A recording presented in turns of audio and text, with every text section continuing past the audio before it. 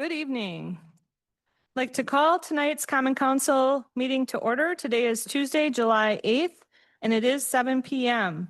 We'll begin by having our city clerk, Joanne Marcon, call the roll. Mayor Kim Smith, Here. Jim Benash, Here. Kathy Lohendorf. Here. Stephen Knott, Present. Mike Milky, Here. Larry Jurassic, Present. Diane Wolf. Here. Thank you for that. We are all present. Item 2, the Pledge of Allegiance. Please stand and we'll do the pledge.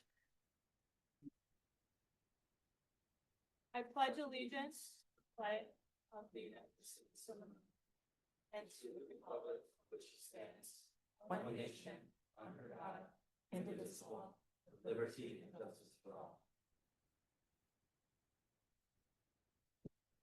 Thank you for that. Item 3, the rules of the City of Onalaska Common Council and its subcommittees. This is a harassment-free forum.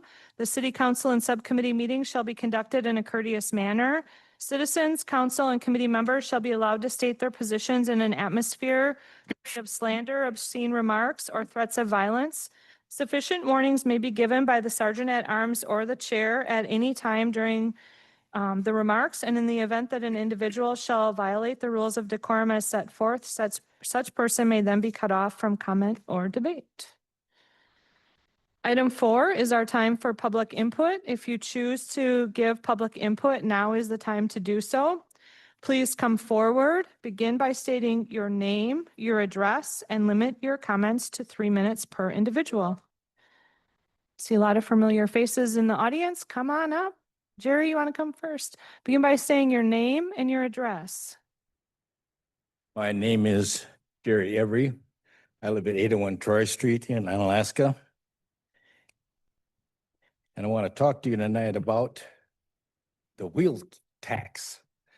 And I know that you're calling it a fee, and a tax or a fee kind of are synonymous now with the public. I did a little survey or a little searching around for when this came up, just to see kind of what the public input was like. This wheel tax is not a new idea. This was brought forth by a member of this council a few years ago who happened to be on the county board. And at that time, that was turned down. So I think I know how the county felt about it. I don't know how they feel about it now. But what I want to get at is the feeling of people out there is that fee or tax, I don't care what you want to call it, it's a tax, okay? It's an additional charge on whatever bill that it comes on. And they did some research on that and tax committee, and that would be from the Wisconsin Department of Revenue. About a third of the sales tax revenue that they were using as an example for at that time was used for property tax relief. That's what that's originally for. The remainder, however, was used for additional spending. And that's, I think, kind of the way that people are looking at it now. What are we doing to raise funds so that we can have additional spending? We all know there's going to be additional spending. You're never going to probably never pass a budget that's less than last year's. We know that just doesn't come about.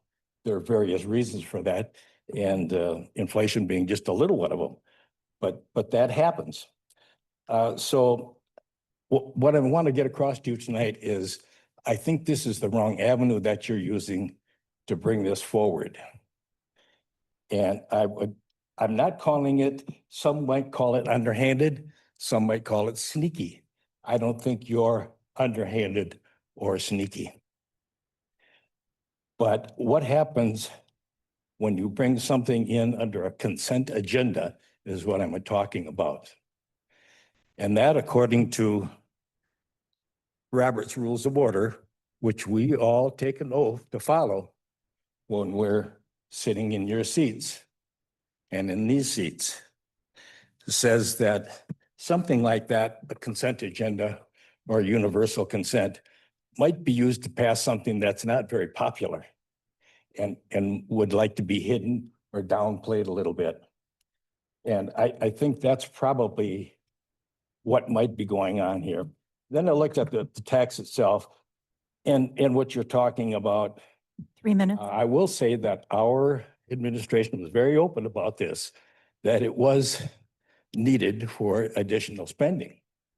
And they indicated what the amounts were that they would get. Jerry, you'll need to For the finish up your tax. thought there. Pardon me? You're over 3 minutes, so please just finish up your thought. So my thoughts are the rules of order also indicate that a person can object to that item in the consent agenda and have it brought forward under what I would call the regular vetting system, where it goes through committees. There are enough public seminars and input seminars so that people can talk about this wheel tax or wheel fee. Thank And you, that's Jerry. what I'm saying. I don't want to see this as being underhanded or sneaky or devious, because you're not that. You're doing your job. So that's Thank what. you, I wanna Jerry. get You're, at. you're over That time. makes sense to you. Yep, we hear you. Thank you. Thank you. And thank you for what you do.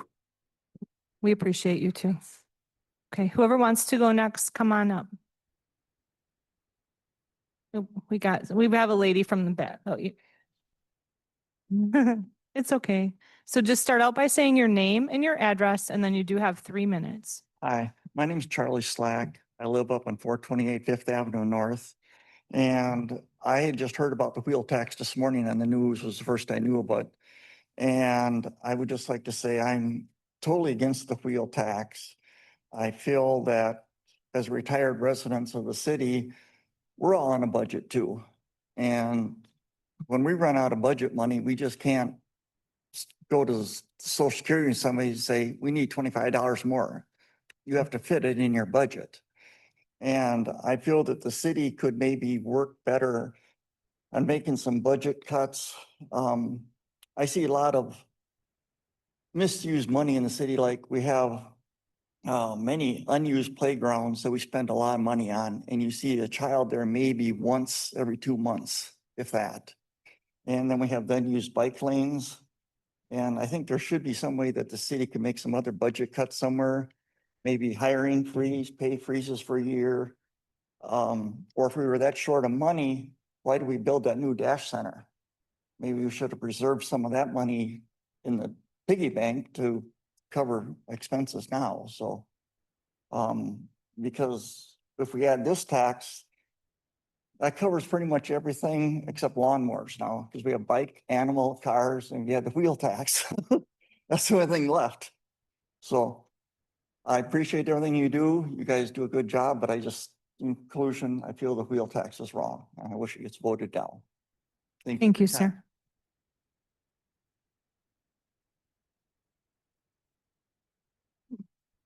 Hi, my name is Jane Brannigan Reinl. I live at 611 8th Avenue North in Unalaska.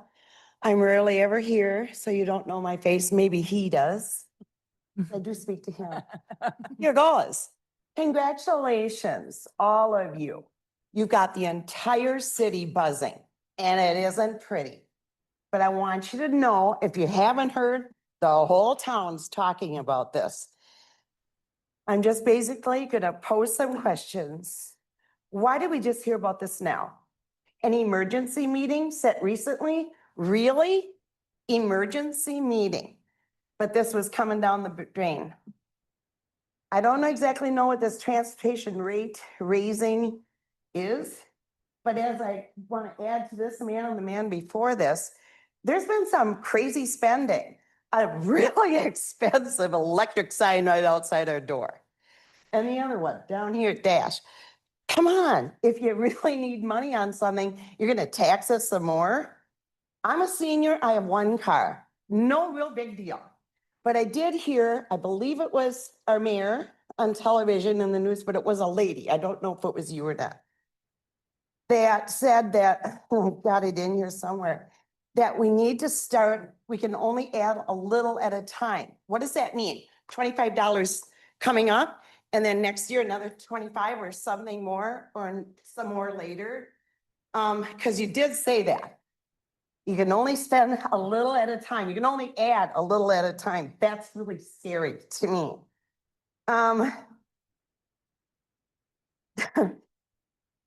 It's really funny how money is spent here. And you've got a lot of young people and they're not here tonight because they're busy with their kids. They got 2, 3 cars. They got 2, 3 jobs.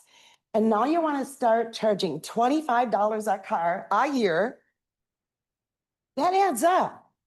It adds up. And it's unbeknownst to us until there's this emergency meeting. I'm sure I'm really close to 3 minutes. So again, congratulations. You got the entire city buzzing and they're not happy, whether they're here tonight or not.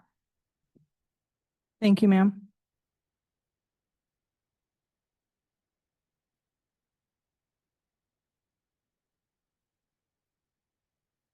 Welcome. Hi, Kim. Hello. I'm Harriet Schupel and my address is 515 Third Avenue North.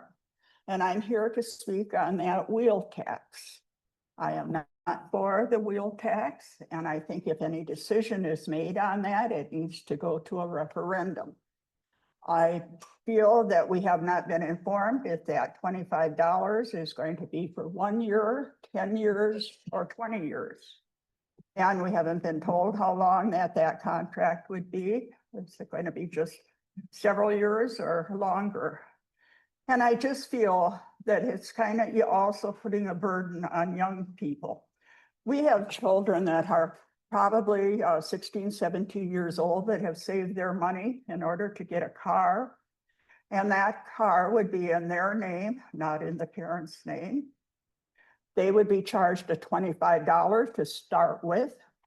And those children at 16 and 17 can't even vote for the city of Onalaska.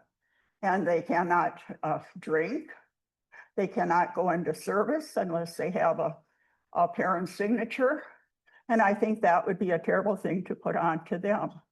And I guess I feel when you did these contracts, you knew at the time that everything was going up. And I think you should have had a slush fund set aside to use for that. And I believe when I heard that Fred left, I think he left the city in a pretty good shape. So I am going to say I'm against it.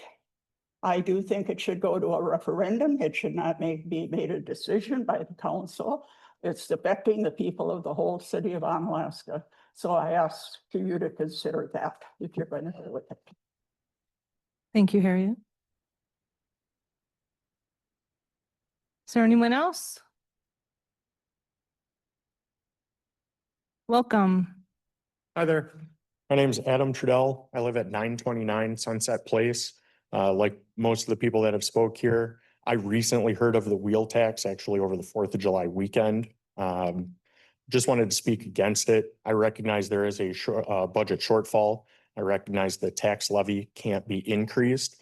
So while I overall do oppose the wheel tax, I think if the ordinance is set to expire, whether it be 3 years, 5 years, 7 years, or 10 years, I think that would be all right to make up for that until the state catches up to allow us to raise that. I would also be more in support of this going to a referendum. The fear that I think many of us would express is, as a family of 4, we have 2 vehicles to get our kids around. That's $50 this upcoming year that we have to now budget for. Like others said, we can't just go and say, hey, I need more money. I can't tax someone else to make up for that. That's groceries for myself and for my kids. I mean, that's tangible money coming out of our pocket for 2 vehicles. I know plenty of people in the city have boats. So if that wheel tax applies to trailers, now if you're looking at 2 or 3 vehicles, you're looking at $75. So again, I think this would be better if it sunsets and automatically expires and then is reevaluated at that date, or that it would go to a referendum. I think the city more generally supports referendums when there's time for that to be explained. Again, I recognize the shortfall this year and that this would make that budget shortfall be complete or rectify that, but I'd like to see this sunset within 3, 5, 7, or 10 years. Thank you, sir. Is there anyone else that would like to speak during public input this evening? Do we have anyone online that is wishing to speak with their hand raised?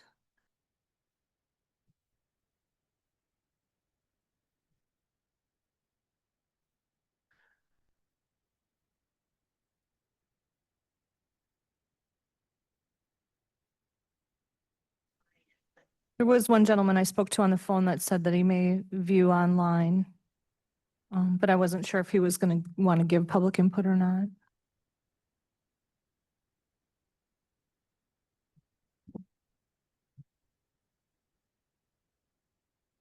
Is there anyone online that would like to give comment? If so, please just start by stating your name.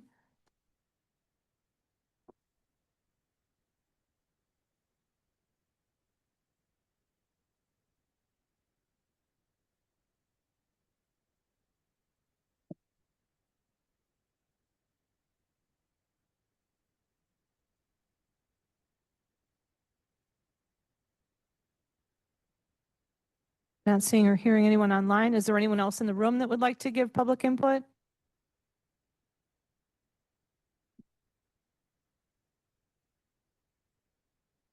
Okay, I'll then declare public input being closed for this evening, and we'll continue on with the report from the mayor.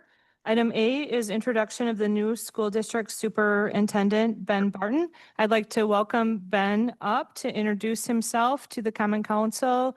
Welcome, Ben. We're happy to have you here in Onalaska. Madam Mayor, council members, team members in Onalaska, community members. It's a great day to be alive. It's a great day to be an Onalaska Hilltopper. I'm on my, my 5th day on the job. And it's been great. And our mission, and it's always important for us to start with our mission because we work together to ensure high levels of learning for all. And we don't take that lightly. And all means each, every, and all, right? And that's the great honor that we have in public education to be able to serve everyone, right? And the beauty is it doesn't matter how much money your family has, and it doesn't matter if you're a boy or girl. It doesn't matter the color of your skin. When they walk through our doors, it's our obligation to ensure that they have the opportunity to achieve the American dream, to achieve their potential to become whoever they want to be in life. And it's just a thrill to be here. In my first time here, I need to build. And it's really time to build my knowledge of the community and build my knowledge of the school district and to build our team and to build relationships. And my intent coming here tonight was to thank you for your service and tell you that this sounds cliche, but it truly does take a village. We all serve the same people. We are all here to make a difference in the lives of others and improve the quality of life for everyone. And we can't do it alone. And as you're talking about resources, right? Every place is talking about resources and things are going to continue to be tougher, right? And I think that this serves as an opportunity for us to look at additional partnerships and ways that we can share resources and partner in everything that we can think of. And I'm just here to I guess, extend an open hand to say that as part of my philosophy as superintendent of schools, it is to partner and to work together with all. And in our mission, the word all certainly includes our students, but it also includes our families and our community members, and all means all. So I just appreciate and I'm honored to have the opportunity to serve and lead the school district of Onalaska, and go Hilltoppers. Thank you. You have any questions of me, or I'll be around. I'll probably try and, broker some meetings and communications. I've been out trying to meet lots of folks. I've met some of your extraordinary team members already. And I have several more meetings on the books. I know the chief of police. Chief, I've never met you before, but I'm going to get to sit down and have a cup of coffee with you. And Chief of Fire, the same. And I've had an opportunity to meet with Joe today and Dan today, and certainly our city administrator. And I think, Madam Mayor, we'll spend some time together as well. And I just extend my hand and the opportunity to sit down with everybody. So thank you. Thank you for coming. We appreciate the introduction. Welcome. Okay, thank you for that. Item B is the oath of office and recognition of Police Officer Tyler Berg. on graduating from Western Technical College Law Enforcement Academy. So with that, I'll turn it over to our illustrious chief, Chief Charles Eschbeck. Thank you, Mayor. Good evening, everyone. Yes, it is my distinct honor to welcome and introduce everybody to Officer Tyler Berg for his swear-in tonight and badge pinning. And Tyler is just a reminder, he started with us back on February 4th of this year. He then entered the Police Academy out in Sparta and attended that from February 10th till June 14th as his graduation. And he's hit the road immediately and is currently in field training on the road. So he's getting a full dose of reality with police work, but he's doing a great job. And so we welcome him to come up. And then his wife, Brianna, will be coming up and pinning his badge on him after he's sworn in. So congratulations.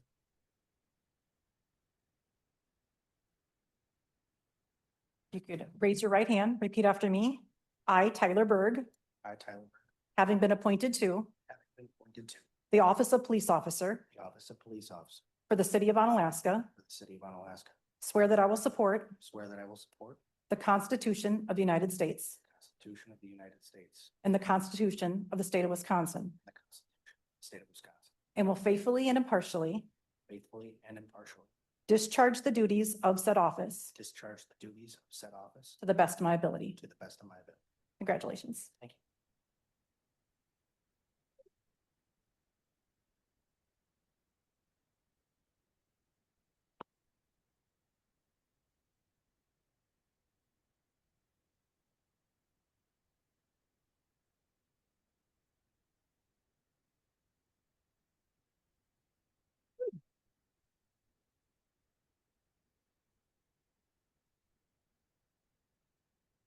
Congratulations.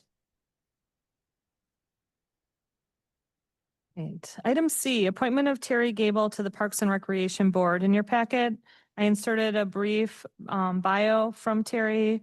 I've met with him and like to advance his appointment to the Park and Rec Board. This will need the council approval and a roll. To approve the appointment of Terry Gable to the Parks, Recreation, and Library Board. Second. Motion by Diane Wolf. It's been seconded by Stephen Knott. Any discussion? Voting will be by roll call. Kathy Loendorf, Yes. Stephen Knott, Aye. Mike Milky, Aye. Jim Benash, Aye. Diane Wolf, Aye. Larry Jurassic. Aye. Voting was unanimous, and Terry Gable is our new Park Recreation and Library Board member. Congratulations, Terry. Item B is a presentation by Nathan Hilmer of the Smith. Oh, did somebody say something? Okay. Item D is presentation by Nathan Hilmer of the Smith Group regarding the Dash Park expansion. Welcome. Start by introducing yourself, and you have the floor. Thank you, Mayor. My name's Nathan Hilmer. I'm an associate landscape architect with Smith Group in Madison, Wisconsin. I've met, I believe, half of council, and so if some of you have some background on what I'm going to talk about today. But Dan and Rick and Amanda asked that I come today with a brief presentation just to kind of catch everybody up on the Dash Park expansion project, answer any questions that you might have, and just facilitate this conversation. So really, this is kind of a high-level project overview. If you have any questions as I run through the slides that are on the screen, please jump in. Otherwise, we can have an opportunity to discuss at the end. The site, as you probably all know, is the space where the two houses, single-family houses were. They're still in the aerial photo that's on the screen. Thank you, Amanda. This is the space on the east side of the alleyway, uphill from the existing park. So the plan graphic that's on the screen is a little bit dated, but still a very good representation of the overall design.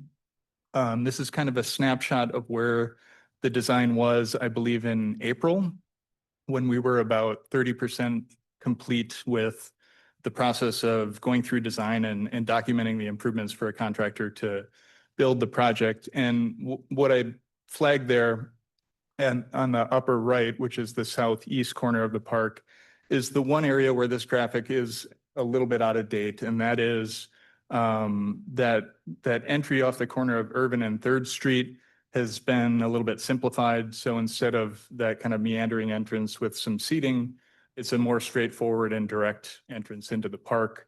But otherwise, what you see in this drawing is a very good representation of what is in the construction documents today. And that is a large kind of L-shaped open air picnic shelter. So that has a covered roof. So it will provide weather protection and shade at that northeast corner of the park. The white rectangle that you see on the left edge of the park is a new restroom building. So that will be two unisex restrooms. The space in the middle, you can kind of see how there's the three boxes there.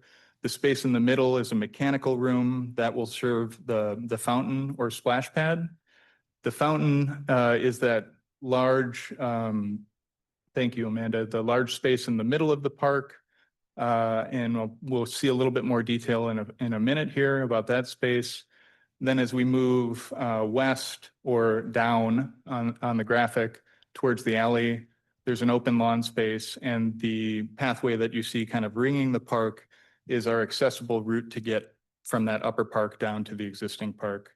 If you're familiar with that kind of, back end of the existing park, this park expansion area is about 6 or 7 feet above the alleyway. So that long pathway is our fully accessible way of getting from the lower park in that alley level up to the picnic shelter and the splash pad area. And then you can kind of see the stairway at a diagonal there that gives you a more direct route up. Thanks. So this is the current plan. As I mentioned, this is pretty verbatim what we just saw on the screen. The one exception again being that entrance at the corner of Third and Irving getting a little bit simplified. This being a little bit more of kind of a figure ground diagram with all of the landscape areas and lawn spaces being green. You can really get a feel for, where the circulation happens and where the people spaces are. And then here in this diagram, we're kind of highlighting those spaces for you. Splash pad area in the blue, the orange is the covered shelter and picnic area. The light green is the open lawn, and then the dark green is that garden space at Irvin and Third.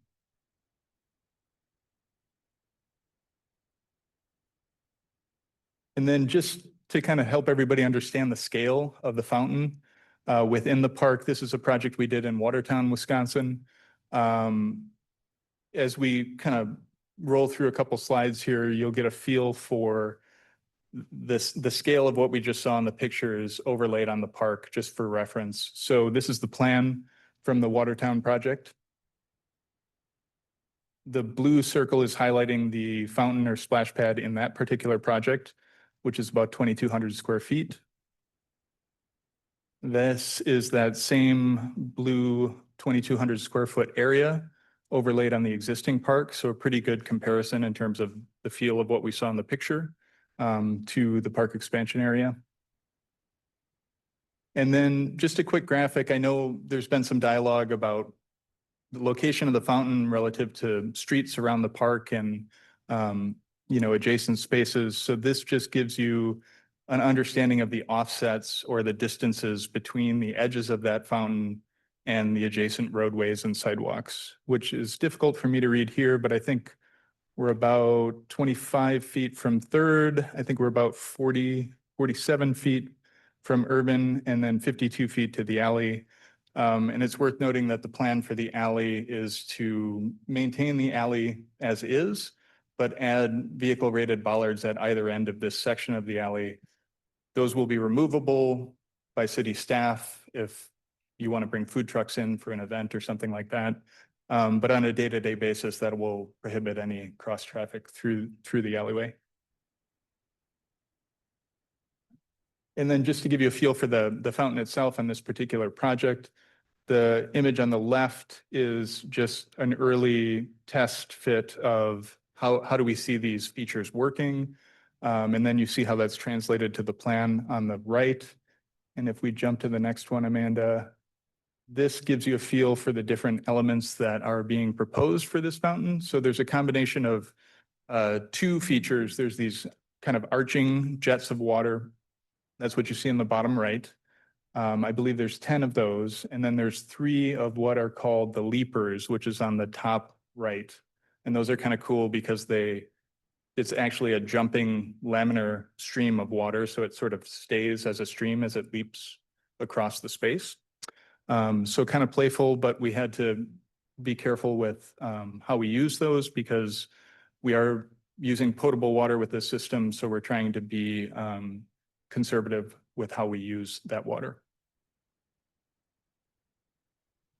And then one thing you may have noticed was conspicuously absent from that color-coded current plan with all the green spaces and the circulation and gathering spaces kind of popping out in the white and gray colors is furnishings. We're still working through selections of furnishings with the contractor and with the city, but the idea is that the south edge of this fountain zone will have more relaxed, kind of playful lounge-like seating that you see in the bottom. And then the space underneath the picnic shelter will have more traditional either carousel seating or picnic tables for kind of everyday use. And then the restroom and the shelter, the big idea with this is that the restroom is a nice, simple, clean volume. The idea is it's going to be clad in 2 different types of limestone with entrances at the short ends to get into those restrooms. And then the shelter itself really ties back to that trellis structure in the existing park. So it has the heavy timber slats and it kind of has that same sort of waving boomerang-like shape.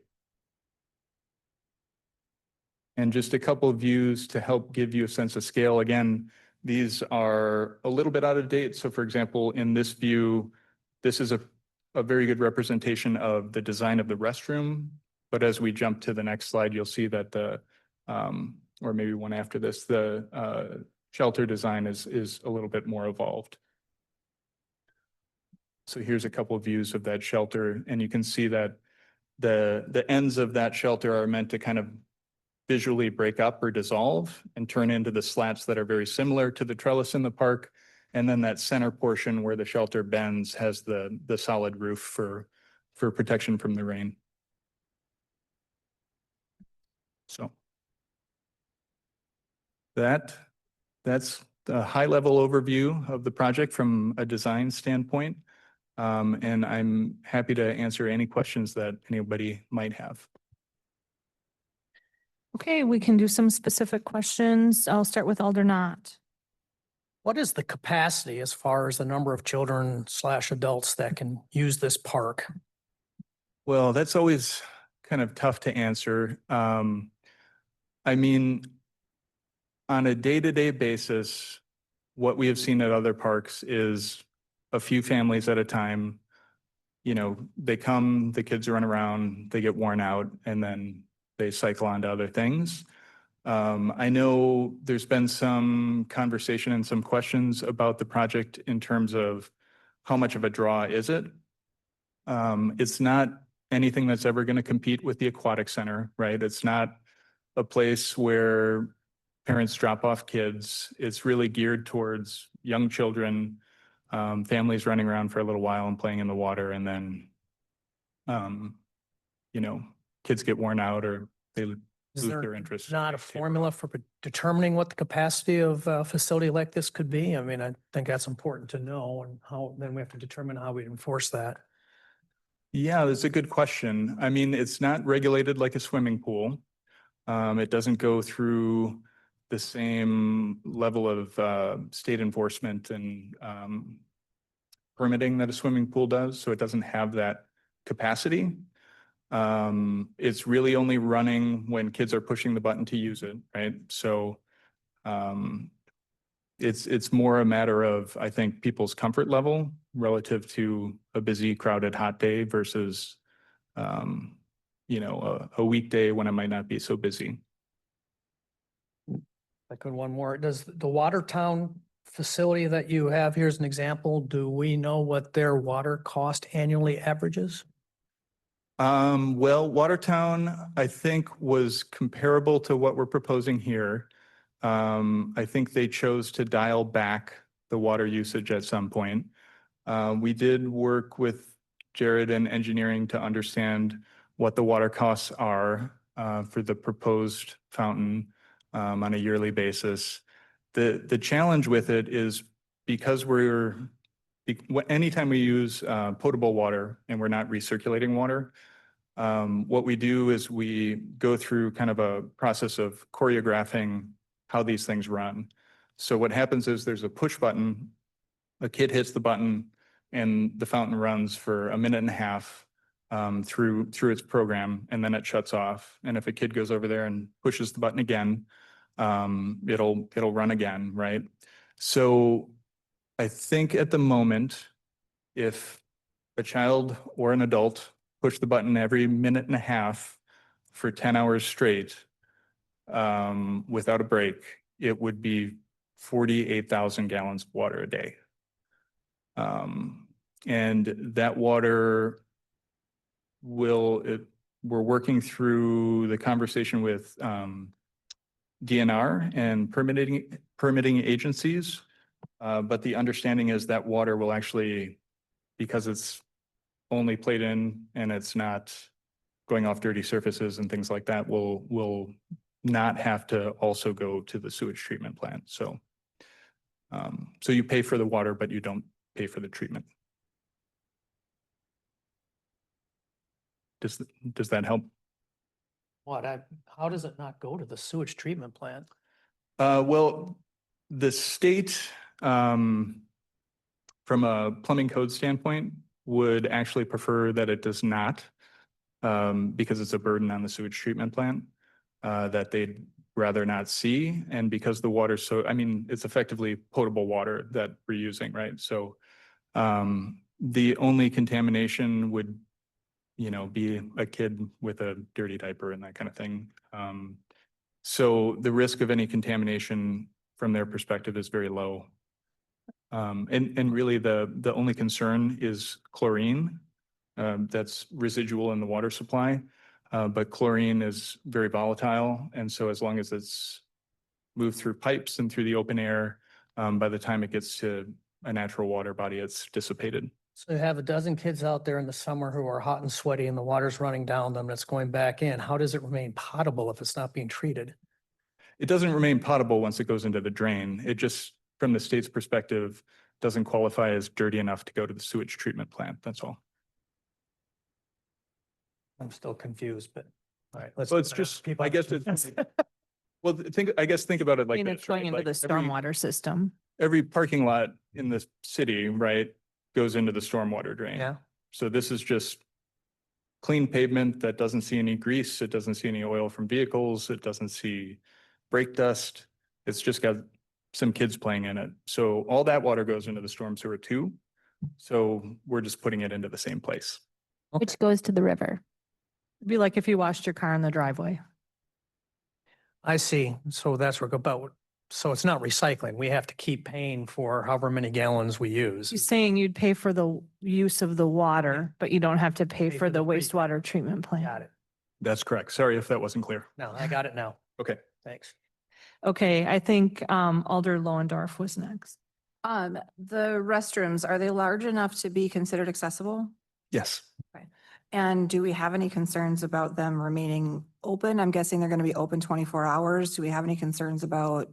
I don't think that's the plan as far as when they're open. Let's I let, would- maybe Dan Wick would Yeah. probably better answer that question because he's designing the project. Yep, He's not sure. eventually Dan Yeah, would be eventually, when the city owned the park, Dan would be. We would treat them like other bathrooms. We'd probably have magnetic locks on them, so they'd automatically open when the the splash pad fountain would open. It Okay. would close at the time that they would close, very similar to what we do at the Great River Landing right now. Okay, perfect. Thank you. Mhm. Alder Melky, did you have a question? Yeah, thank you, Mayor. Nathan, thank you for the presentation. Also, just a quick question on the slip resistance kind of nature of this. If you could just speak to that a little bit. Within the fountain area itself? Correct. So, the fountain pavement will be a broom finished concrete, so, kind of the same or same slip resistance as walking down a rainy sidewalk, basically. You don't overly roughen things up because it's little bare feet. But we're not proposing to do any sort of exposed aggregate concrete or anything where the aggregates in the concrete get exposed, because those tend to be a little more slippery than just the smooth broom finish. Thank you. Yeah, thank you, sir. Alder Benash? Thank you for coming.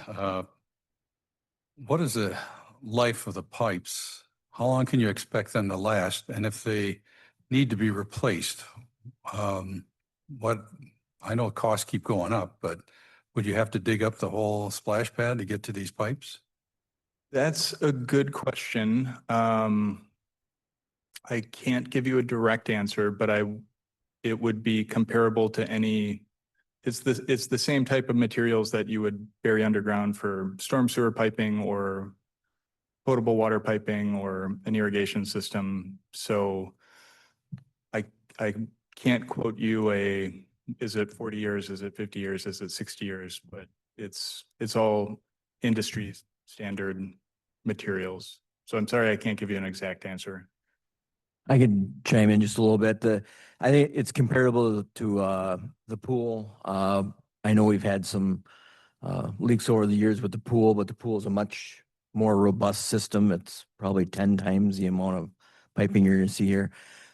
Looking at their plans and things, they're using quality products. From what I can see, it's an industry standard product various components that I think are meant to last. I don't think these are lower quality. I think they're specifying a very high quality system. So I do have faith in that. And part of that will be making sure we get locations of all the piping and everything like that. There'll be some things like that. So I in the first 10 years, is it going to break a couple times? It very well could, but I think with the product they're specifying, it would be a good product. Okay, are there any other questions? Alder Jurassic? Thank you, Mayor. The question I have is, Dan, do they plan on having this space controlled by Park and Rec as far as somebody wants to have a birthday party there or reserve the area or? Yes, I mean, that would be the plan with it, as we are very early in the stages of looking at it. But I think with the fountain area, we could shut things off so that there could be a reunion, there could be a graduation party, they could be in there. We could adjust the fountain and shut it off, so it could serve a lot of different purposes there. Okay, so we'll see fees and that stuff later on. We could, as we go look at it and develop it, yes. Thank you, Mayor. Okay, any other questions? Alder Wolf? Thank you. What did he say, Madam Mayor? I'm going with Madam Mayor this. Madame? So, thank you for coming tonight. This is a real technical question and maybe I should have sent it to you before, but maybe you'll have the answer. So I'm looking at 2nd Avenue South, 3rd Avenue South, and then the splash pad. Are you able to share with me how far away is get this right, the westernmost point of the pool or the pad, which I would assume would be closest to 2nd Avenue? How, is that right? Because it's good. The western edge would be closest to 2nd, but the closest roadway, if that's what you're asking, would be 3rd. Okay, so I'm looking for both because earlier in the last 6-12 months or so, we talked about there was at that intersection, there's like, I think at that time it was like 15,000 cars going either way on any given day. At 2nd? Pardon? Yeah. On Second Avenue South. Dan and I looked at that a while ago and I think it's around 250. Okay. From the fountain area to Highway 35 or Second Avenue is like between 230 and 240 feet from the westernmost edge of that down. Plus, you got to realize there is significant elevation change. Right. So it's not, where we're looking at what we have. Right. So you said 230 to 240 feet. So is that the westernmost edge of the pad are we talking to? To the curb, to the curb. Back edge of the curb. Thank you. And then, so for Third Avenue, again, so the most, I'm getting a lesson on directions. So the most eastern part of the pad to the back edge of the Third Avenue. I don't have that. We were looking because questions were raised regarding the issue to Second Avenue. Right. And so I did not, we're probably, well, there's, on the map there that shows from it to the sidewalk, we're 25 feet. So it's probably about, the sidewalk is 6 feet and then there's the parkway. So, yeah. So roughly 40 feet. I'm sorry, how many? Roughly 40 feet. 40 feet. And I'm assuming that's drawn to scale? That's drawn to scale? Well, pretty much. Yes. And the other thing to keep in mind, just because I think it's kind of a layer to your question, is in this graphic, as I mentioned, we haven't populated this with furnishings yet. So between that Third Avenue edge and the fountain area, there are kind of several layers, right? There's the parkway between the curb and the sidewalk, then the sidewalk, and then there's a landscape zone, and then there's a seat wall, and then there's the site furnishings of picnic tables, things like that. And then there's another 10 feet minimum before you get to the fountain itself. We tend to create a 10 to 12 foot buffer of paved surface around where the water is coming out of the ground. Just because kids look down, they get water in their face, then they start running. So there's a lot of clear space around the fountain components as well. And I would just add that when we were calculating that 230 to 240 feet, we were going the fastest route without following a natural pathway, right? And so you would hit landscaping, you would hit, stone, and so it would be even further if you were to actually follow like the sidewalk and the path down. So that 230 to 240 was sort of like if you just cut through everything as the crow flies. Right. Thank you. Okay, any other questions or comments while we have the designers here? Alder. Well, it's probably for designer and also maybe for Jared, I don't know, but will we be metering our own use on this so that we can get a good understanding for future budgets on how, if this were to be approved, on how much we need to budget for water usage? Yeah, so in any water usage within the city has a meter. Including Our own buildings, our own parks, our irrigation, everything has a meter. So this The will water be utility is a separate entity than the city, so there will be a meter in the maintenance room that'll meter all the water going for whether it's for the splash pad or the bathrooms or for irrigation. Okay. Okay, any other questions or comments? One more. One more, okay, that's all right. We This is got, my last one. got him here. We'll get our money's worth. So, I know in conversations in the past, as we've slowly moved forward on this, there's been a couple of us who do have concerns with, the roadways and kids being in that area. If this were to be approved, would there be a way to either through ordinance or signage or both separate the child from the adult areas where I'm getting at? So that western end, that is the original Dash Park, that's definitely more adult centered with concerts and what have you, and is closest to the heavy traffic roadway. You'd have, I did walk through that. You have kind of a natural barrier because you have a dip in elevation, and then you've got that alleyway, which will be ballarded off, but it's kind of a natural barrier. If we have children crossing into the western end, would it be able to say no children without adult supervision in that portion of the park? Not if you want to give up your immunity for liability. And you got the bathrooms like over it. too. Okay. I think though, because I think I'm following what like the root of your question. So whether or not there's signage, I do think there's a lot built into the kind of the topography of the proposed design that sort of intuitively zones it into different spaces. Well, I agree with that. Yeah, I've seen it. so- Yeah, it's just, there's a visually and I mean, you can feel that there's a natural separation to them with, between the alleyway and and the difference in elevation. But I'm still concerned about the kids crossing over and going over towards the higher vehicle traffic part of the park. That's where I was going with this question. Yeah, I guess.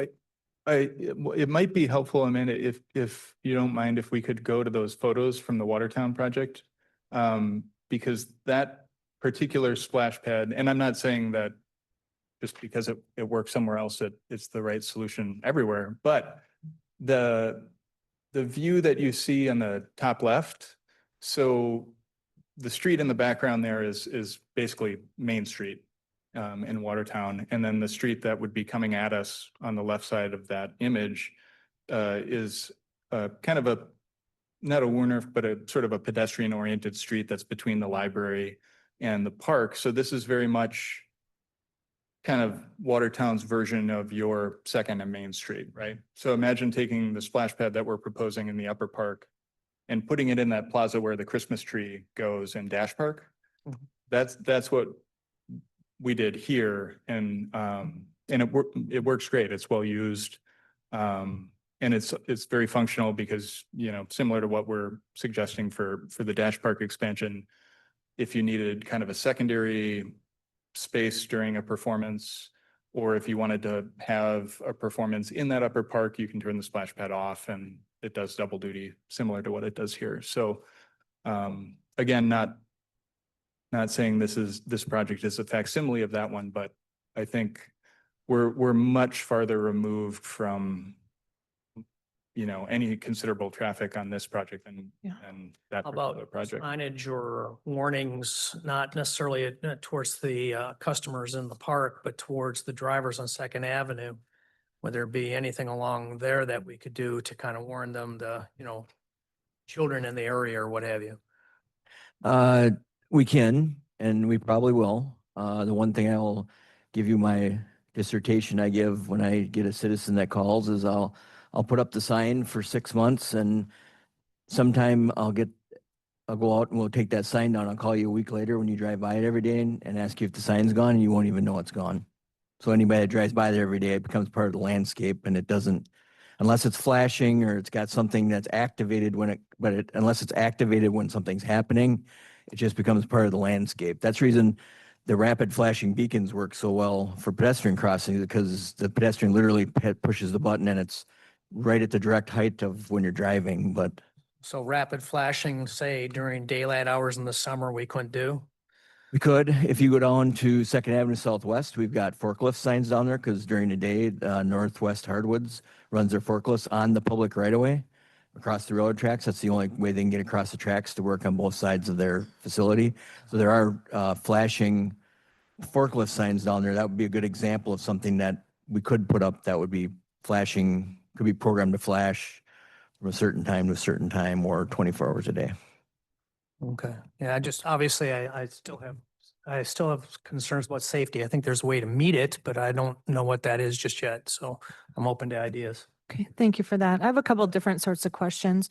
So the surface of the splash pad, is that such that there could be other types of events going on in that park? Like, could there be a concert there? People could set up their lawn chairs and be sitting right on, like, the splash pad feature could be turned off, and a different event could be, you could have your blanket or your lawn chair and you could be sitting right there having a different type of concert perhaps, or something else going on right in that same space. Yeah, that's correct. The thinking was always that the kind of corner where you transition from the fountain area underneath that picnic shelter is almost like a informal stage space. And then the lawn and the splash pad itself become seating. Right. So that's really the advantage of the splash pad, is that it's a multi-use space. Correct. And I mean, the The only thing is that the in-grade jets that emit the water are not vehicle rated, so you can drive something heavy over it, but that's really the only limitation. And then they get protected in the wintertime when they're winterized. The pipes get blown out, and then there's covers that insert to protect them. Okay, and then my only other concern is looking at the positioning of the restrooms. It looks like if, one of the to me, one of the important advantages of adding this expansion to Dash Park is the restrooms. And looking at this, I feel like the restrooms would not be very handicap accessible for people at a concert at Dash Park because they would have to go I see the steps, the closest direct route to the restrooms would be up the steps. And so they would have to really go all the way around. So could you go, say you had a wheelchair, for example, and you were at Dash Park at the Tuesday night concert, you would have to go all the way around to get to the restroom. Is that a path that's been explored? I think that's a good comment. And I think what we try to do with accessible design is always start and stop people at the same locations, right? At this particular location, I think what you're reacting to is that the stopping point is farther removed from the restrooms than the starting point, right? The accessible route and the stair take off at the same spot, but they don't end at the exact same spot. So I think that's a good comment. Partly what we were trying to do with the design was the slope, which you see it's shown as a series of green tones between the lawn space and the pathway. We were originally envisioning that as a landscape space, but it has evolved into a space that we've been thinking about as turf with kind of blocky stone steps fit into it as a secondary kind of upper level seating for. Yeah, the that's open what I park. was thinking and that works out nicely for the. And so, I mean, I could imagine to your point, a pathway that doubles back, but it'd be hard to do both. So I think the placement of the restroom, one of the big drivers was making sure it's visible from the lower park. So there's, you see it, it's above you, you see the door, it's conspicuous. It's also situated to kind of create an edge for the park against the adjacent property in a way that doesn't push park improvements too close to that property, but also helping to create a little bit of a buffer there. Right. Well, I mean, there would be the option for someone in that situation to view the concert from the highest level too. That's true. That's true. Okay. It was just a question. I'm just asking questions. No, I think it's a good question. Okay. Anybody else? Alder Wolf? Thank you, Madam Mayor. Quick question, and I apologize in advance if maybe you said it, but I just want to confirm if I heard you right. And if I didn't, please correct me. So you're talking, so previously where you were showing, was it Watertown and the Main Street, was like right behind? Did I hear you say that the location of that splash pad was about the same proximity if we had it at our Dash Park and it's like where our Christmas tree is? Correct. Yeah. That last year's council would have never, 2 years ago, we were continuously 6-0 or maybe 5-1. And for something else, not a water attraction that, it's always been my dream for us to have a splash pad. We've been talking about this for years. And so I've been really excited about it, but I agree with Alder Knott. There are some of us on council that continue to have a concern. A wonderful group came forward. They were looking to donate something to the city, and it was all near unanimously voted against because of the position, and it was pretty close to where the tree is. So not to be should I say it, not to be blunt, but Watertown can do anything they want, but City of Onalaska, we're going to vote the way that we think is best for us. But I appreciate your conversation and the examples, because I think it does help bring it to life more.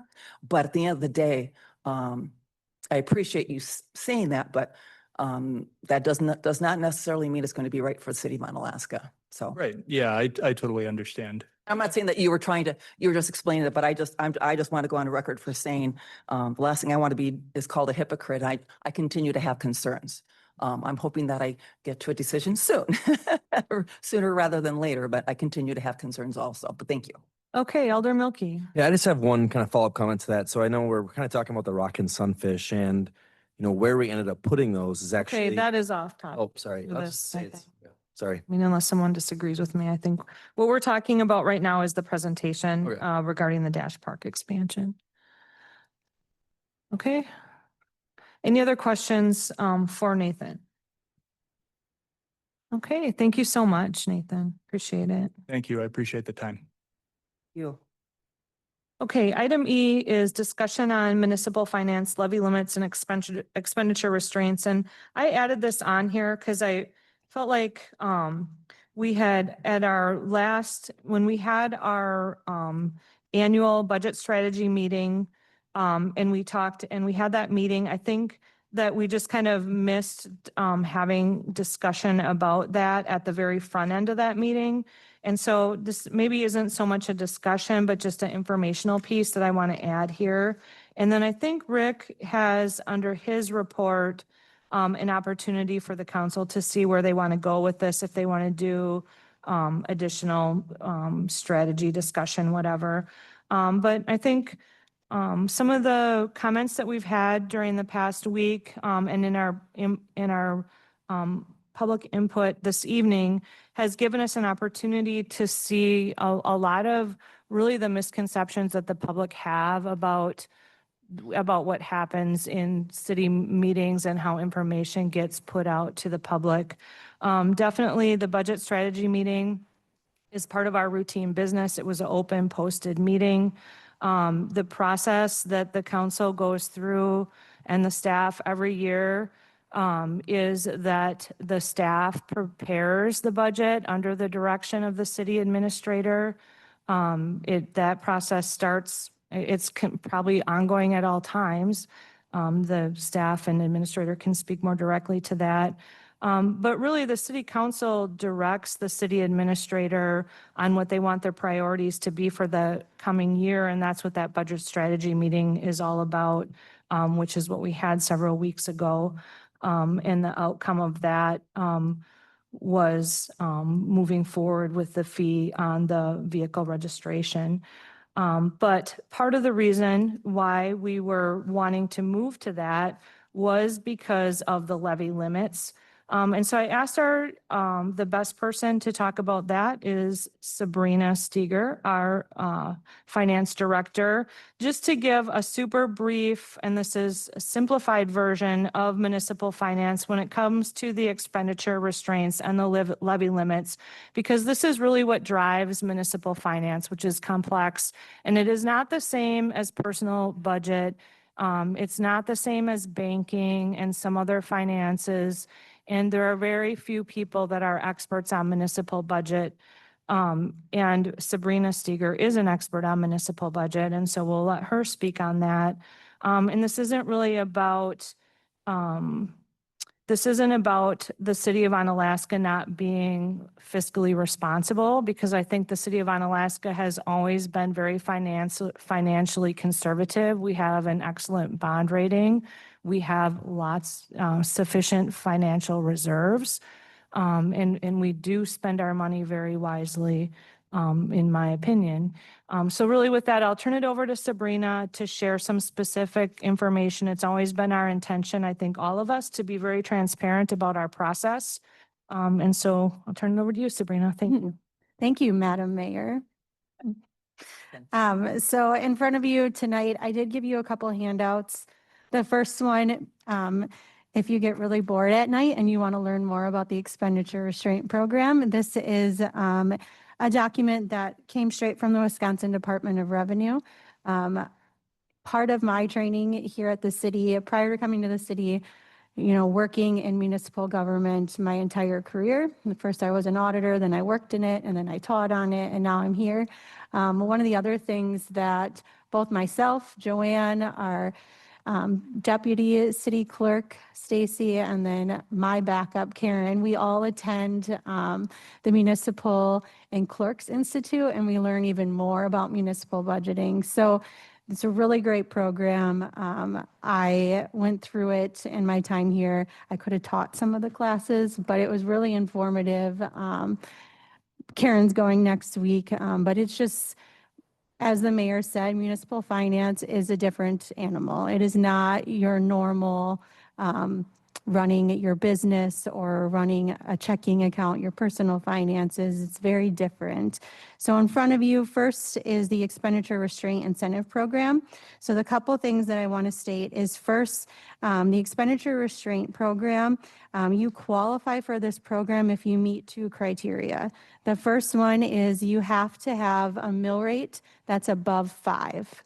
The city of Onalaska dropped several years ago below 5 mil. So we no longer qualify for the expenditure restraint program because our mill rate is so low.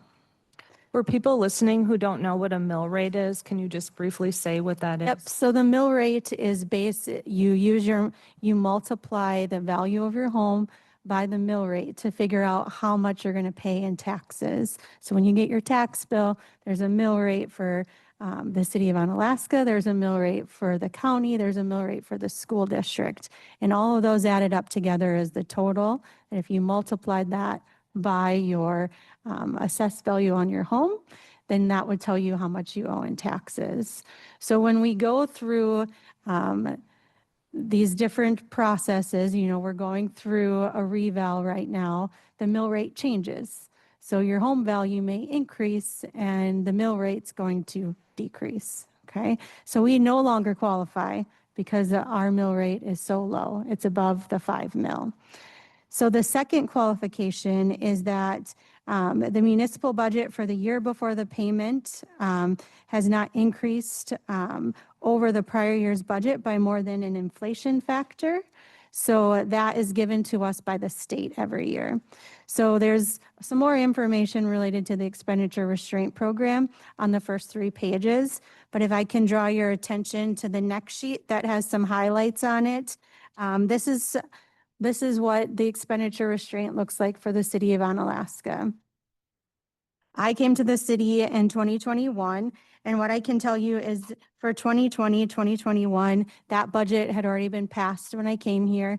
The city had voted to go above the expenditure restraint and lose out on the expenditure restraint payment in that year. So we did qualify, but the city chose not to do that, to stay under the expenditure restraint. So we did not receive a payment in 2020 and 2021.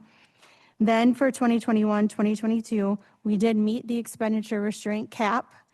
The city received $63,000. So you can see that kind of in the left-hand corner of the spreadsheet that I gave you.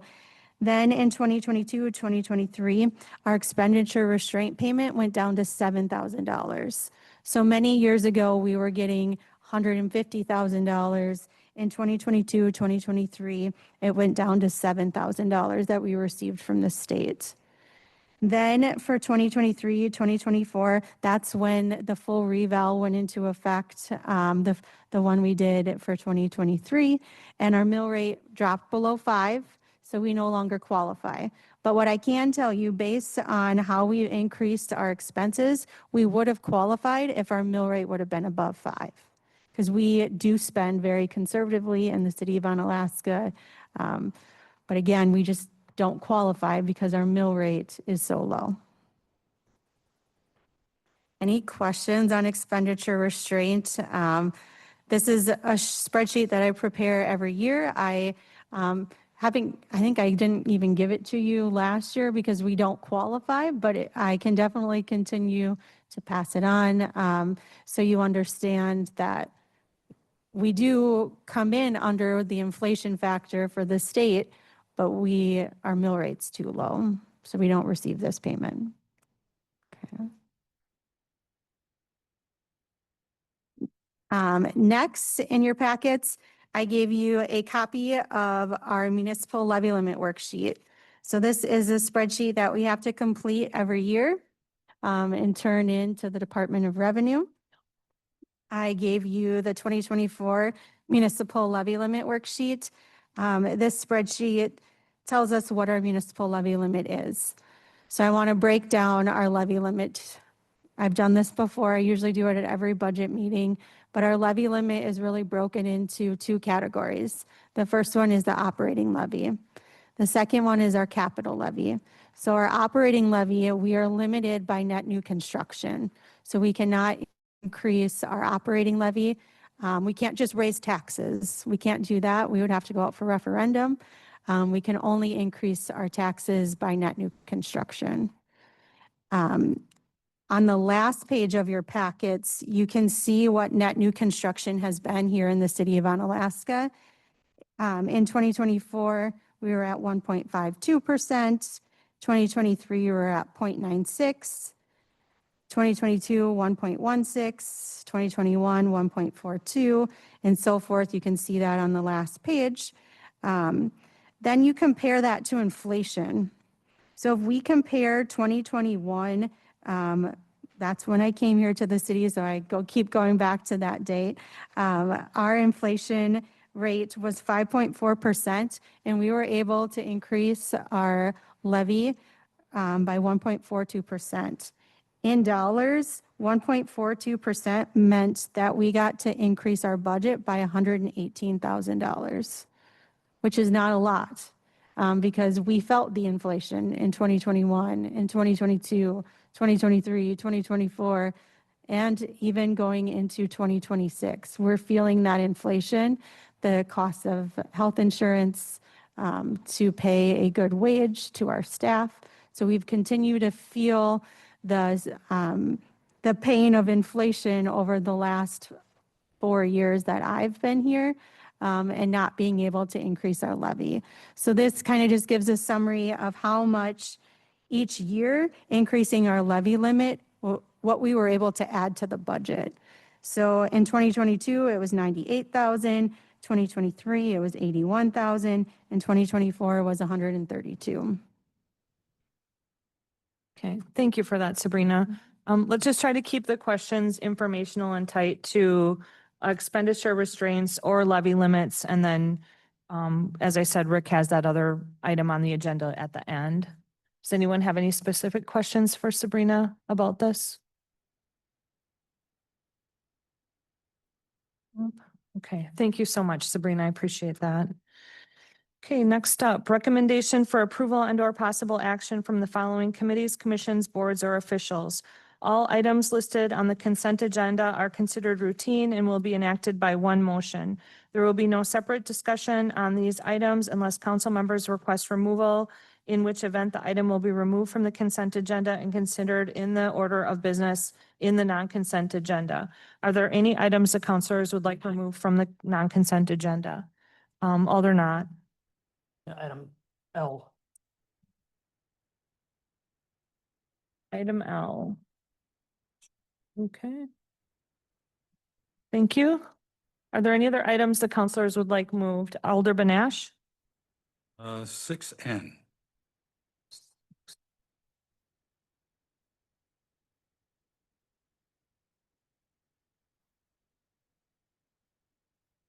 Was that N as in Nancy? N is in Nancy. So the ordinance related to meetings, public notices, and residency requirements?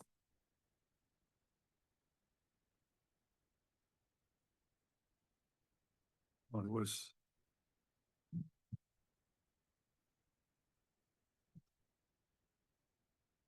Yeah. Yes, yes. Okay. Any other items the councilors would like removed from the consent agenda?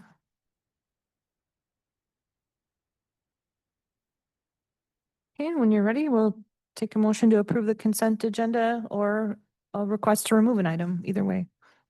Motion to approve the consent agenda? Second. Okay, we have a motion on the floor by Alder Wolf. It's been seconded by Alder Jurassic to approve the consent agenda. All those in favor, please say aye. Aye. Any opposed, say no. Motion agenda has been approved unanimously. Okay, moving on to the non-consent agenda, we can begin with item L, which is under the Administrative Committee. I'll turn it over to Mike Milkey.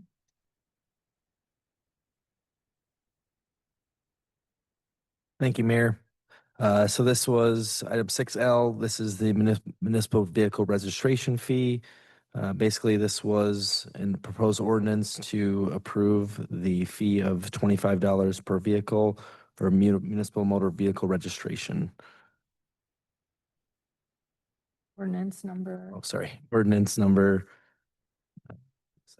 18, it's L. Ordinance 1826-2025. Motion. Motion to approve.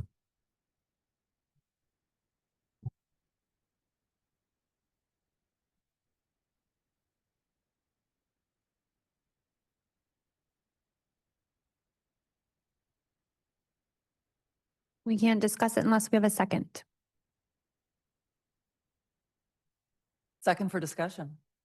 We have a motion on the floor by Mike Milkey. It's been seconded by Diane Wolf to approve ordinance 1826-2025. Discussion? Aldernott, or wait, let's have Amanda Jackson go first. I was just going to offer, since we do have several people that were not at our June meeting, if you would like me to go over sort of a summary of the memo that was provided at that meeting, I would happy Sure. to do that for. Yeah, why don't you start with that? And before she gets started, I did print off copies of that memo and they're over by the agenda, if anybody in the audience would like one. So for those of you that were not at our June 19th meeting, City of Onalaska staff were reviewing and evaluating different options to assist with addressing the city's growing budget deficit. Due to increased costs, lack of growth, and limitations set by the state as it relates to municipal funding, the city has been unable to manage the funding gap. The cost to build and maintain infrastructure is one of the areas that has experienced significant inflationary impacts. City staff have been reviewing a variety of ways to help address these increased burdens. So for background, the city has roughly 100 miles of roads and 5 full-time public works employees who are dedicated to the street division, as well as other seasonal and full-time staff with cross duties that cover transportation and streets-related duties. So in addition to road infrastructure, the city is responsible for the maintenance of sidewalks, streetlights, boulevard trees, street signs, crack filling and street patching, crosswalk painting, centerline painting, street tear-off, snow and ice control, brush pickup along streetways, right-of-way management, and traffic signals. And the city currently establishes a budget for road maintenance and repair each year as part of the capital improvement process, as well as the street division's general fund budget. So in an effort to address the growing needs of the city and to relieve the burden on the general fund for transportation-related costs, city staff evaluated the possibility of a municipal vehicle registration fee, commonly referred to as a wheel tax. That fee is placed in a segregated fund to be only used for transportation-related purposes and would provide the city with a consistent source of funding for the street maintenance outside of the tax levy. The fees could be used for street division operational expenses, snow removal, street maintenance, as well as other street-related purposes. The city would likely utilize the fee to offset the operational expenses of the streets division, including snow and ice removal. Municipal vehicle registration fees are collected by the state at the time an owner pays their annual vehicle registration. Under state law, those fees apply to any vehicle kept in the municipality that registers as an autocycle, automobile, or truck weighing less than 8,000 pounds. There are special plates which are exempt from the fee, including antique or collector plates, ex-prisoner of war, historic military, hobbyist, and Medal of Honor. Motorcycles, farm trucks, dual-purpose farm trucks, and motorhomes are also exempt from the municipal vehicle registration fee. This fee is currently imposed in 61 jurisdictions in Wisconsin. Of that, 48 are cities and villages and 13 are counties. The closest fees to the city of Onalaska would be Vernon County and Crawford County. There are roughly 17,320 eligible vehicles in the city of Onalaska and the town. We did have to do some estimating to guess roughly how many vehicles, would be excluded from the town. When staff looked at that, they came up with a rough total of about 16,500 vehicles in the city of Onalaska. We also looked at what the average fee across those 61 municipalities was. The average fee was $25. Looking at that, the city would generate around $412,000 for the general fund to assist with transportation-related costs. Thank you for that, Amanda. So, okay, the motion on the floor is to approve the ordinance. Is there further discussion? Let's see, Alder Not. Okay, so I voted to approve this last time, but I think the understanding I had on the culture of fiscal responsibility has changed somewhat. So I'm starting to lean about maybe having to shock us all and maybe changing my vote. And why do I say that? Well, first off, the reason it really was driven was inflation. I know there are a lot of folks here who, maybe we could have done this a little better on being a little more transparent with our messaging, but the inflation cost for maintenance and what have you of our roads, construction, you name it, has increased radically, and it's from 2021 to 2024 specifically during the high inflation periods of the country. Some of our construction costs have nearly doubled, and we have to address that somehow. Well, that said, I have seen a difference in my own perspective, and it's my Everybody's there. disagree. Okay, time to go up. Over the last 18 months, I'm seeing a culture within this council of ignoring the recommendations of our director and our city administrator when it comes to how much money we should spend. And that's very troubling to me because I think we have a very strong staff here. I can give you some examples. I printed off the minutes from our last budget for the 2025 budget when we approved that, of which that's the first time in my entire time on this council, I ended up being no, but it was a lone no vote. And it was, I've got the minutes here and I'm not going to read them all, but I'm going to highlight where I'm going here with some of the concerns. So this is from my own comments. When the operating budget proposal came forward, we had the finance director's line that included a budget based off her perceived potential revenues in 2025. We had the city administrator come forward with his proposal, which had a $120,000 difference in perceived revenues.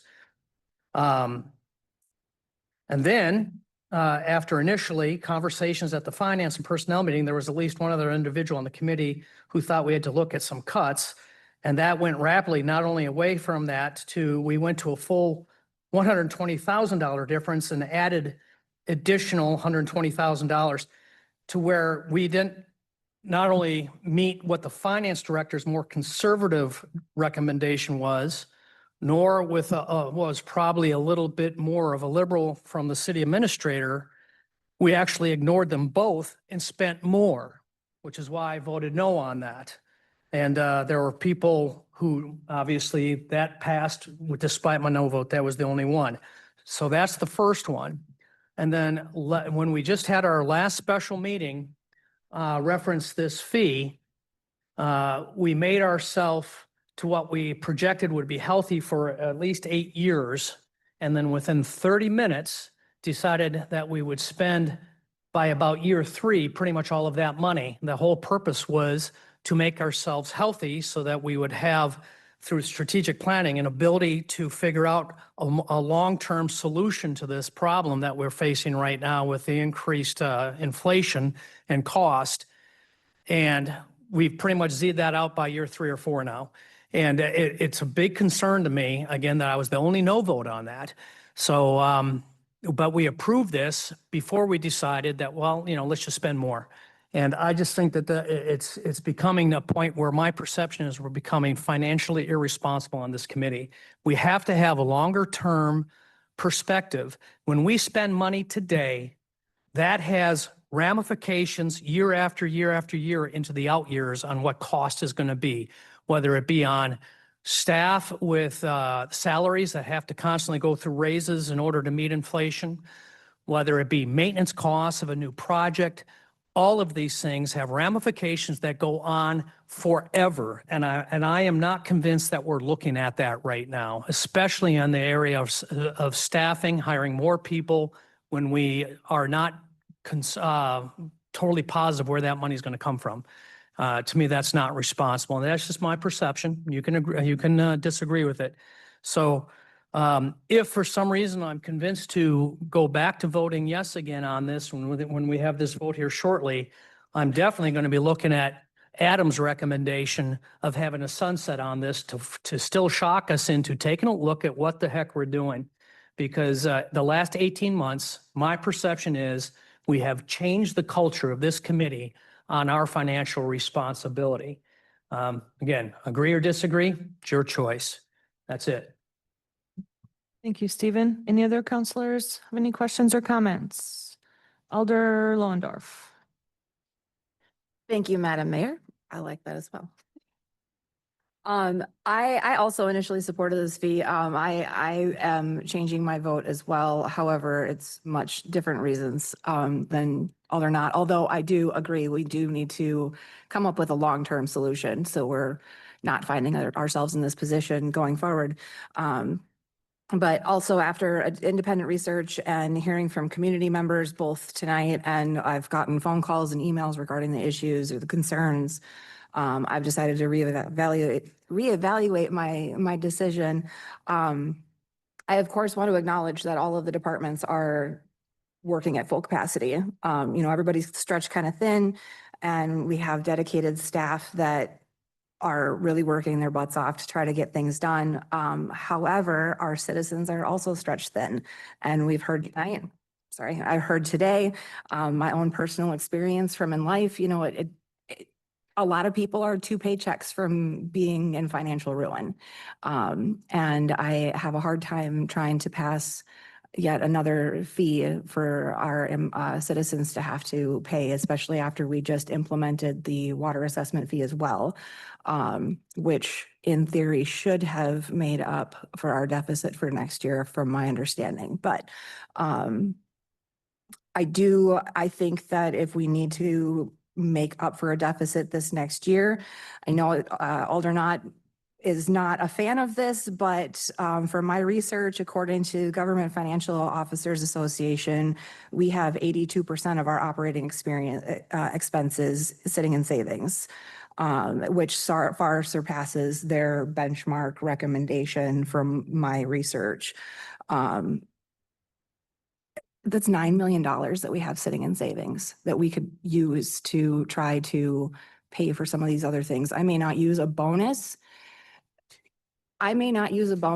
for ongoing payments, but I certainly would put a bonus into my house or my community center if I had those funds available, instead of trying to find the funds somewhere else. That savings, that money that we have sitting in savings already came from taxes, from fees. Those things should be put back into the city while still keeping a good amount in savings. And I think that we can come up with that shortfall and then work with the departments closer on trying to find just small savings. Every drop in the bucket will help fill the bucket. And I'm happy to work through and try to find those myself as well, wherever I possibly can. But we have a strong reserve, and I think that we can help minimize financial strain on our community by dipping into it a small amount. Okay, thank you. Sabrina would like to comment on that. Thank you. The city does have strong reserves. I will totally agree with that. But I just caution you, when you dip into reserves, we start in a hole for the next year. So the first year you use reserves for operating expenses of 100,000, plan on the next year. You're going to dip in there and you're going to need 150 or 200,000 because you're starting in a hole. Well, and I think additionally, we count on those revenues from our invested money. Correct. That's where our, part of our revenue source. Correct. We receive interest income by having those reserves there. So we would see a decrease there as well. Yep. I'll come back to you, Kathy. We'll have everyone have their first. I just want to had a clarifying statement if it's okay. Yep, that's fine. I'm not by any means suggesting that we use our reserves long-term. I am suggesting that for this next year, this does feel kind of sprung on us. Granted, I'm new to all of this, right? I've only been here a couple of months. I've been kind of paying attention for the last couple of years, but I don't know the ins and outs of all of this. My proposition would be to fall back on those reserves for this next year to come up with that shortcoming and then work as a group over the next 12 months to try to find additional savings so we don't have to go back into those savings again. And then maybe potentially we have a surplus the next year and we can repad that savings we had. So I think if as the chair, what I'll say is let's try to focus on the matter at hand is if we're going to approve the ordinance or not. And we do have a agenda item later that is in regards to discussion on the budget strategy. So just in interest of moving through the agenda in an orderly manner, let's keep this discussion around the vehicle registration fee. And then when we get to the later part, we can at that time decide if we want to have what discussion about the budget, if that works for Rick, who has to prepare the budget or oversee the preparation of the budget. Okay, does that make sense? Is that correct? Okay, let's see. You've already spoke once on this. Have you spoke yet? We're going for first times. Okay. Okay, Banash. Well, for myself, I've only been on a committee for a couple months, and last time we talked about this was we went through what can we do to cut services here in the city. We talked about city services, police, fire, garbage, parks. Where do you want to cut? What do you not want in the city? What do you want to take away? I mean, myself, I'm retired. I pay the same thing as you do. I would have to pay the same fees. My wife's retired, same thing. We budget just like everybody else. But if you want to cut something, what? I mean, you're already working at capacity. We looked at everything. I mean, the things go up. It's just the way it is. And you've got to do something to make your city stable. And having been on this council years before, it's always been a conservative type city. And to hear people complain that this just kind of sprung on everybody, we all put up with our budgets at our home. So this was a way to help the city meet their payments. And if there has to be a sunset on it, so be it. But it is necessary. What you want to cut. If the city wants, or the people in the city want us to cut a certain thing, you don't want a park service anymore, okay. You want to reduce the police, you want to reduce the fire, what do you expect? So something has to be done. And I supported the wheel tax, I still do. But I understand the concerns. I mean, $25 here, $15 there, what's next? But if you're going to do something, you have to keep the city functioning. And as far as additional personnel for a particular department, that was discussed and approved to move forward, but it hasn't been approved yet. So I'm going to vote for it. Thank you, Alder Banash. Okay, Alder Wolf. Thank you, Madam Mayor. I have a lot to say in a short time to say it, so I'm going to touch on the highlights, I hope. This is my 14th year on the Common Council, proudly serving the 2nd District. I've had a handful of people contact me as anytime there is something this where we have a lot of public input. Anyone who knows me, I welcome public input. I welcome hearing what people have to say, whether you agree with us or not. Mayor Kim and I believe I served 6 of her 10 years on council together. And we used to always sit, and I tell the story every other year or so. We'd sit here at budget time and there would be no one in the audience most years, and we'd kind of mumble each other, well, geez, we wish that someone was here because if you're not here, then you expect the 6 of us to make those decisions. For now, it's almost 20,000 people. We want to have input. But I've also told people, and I told the people who did contact me, that my philosophy in serving is I'm going to tell people what they need to hear and not what they want to hear. I'm going to be honest with them. And almost always, after I explain what is the situation and my why, maybe 2 people in all my years, they're still angry. But I think I have a really good track record, because at the end of the day, people just want, number one, they want to be heard, and they want to know that you've listened to them, even if you end up disagreeing with them. So I had one second district person who was, kind of on the fence, and a very brief phone call. They discussed it and they totally understood. I said, what column do I put you in? They were okay with the $25 increase. I had one family who I've known, or one couple I've known for years. They're probably in their 80s, and it was a flat out no, and they're leaving a message and don't bother calling him back.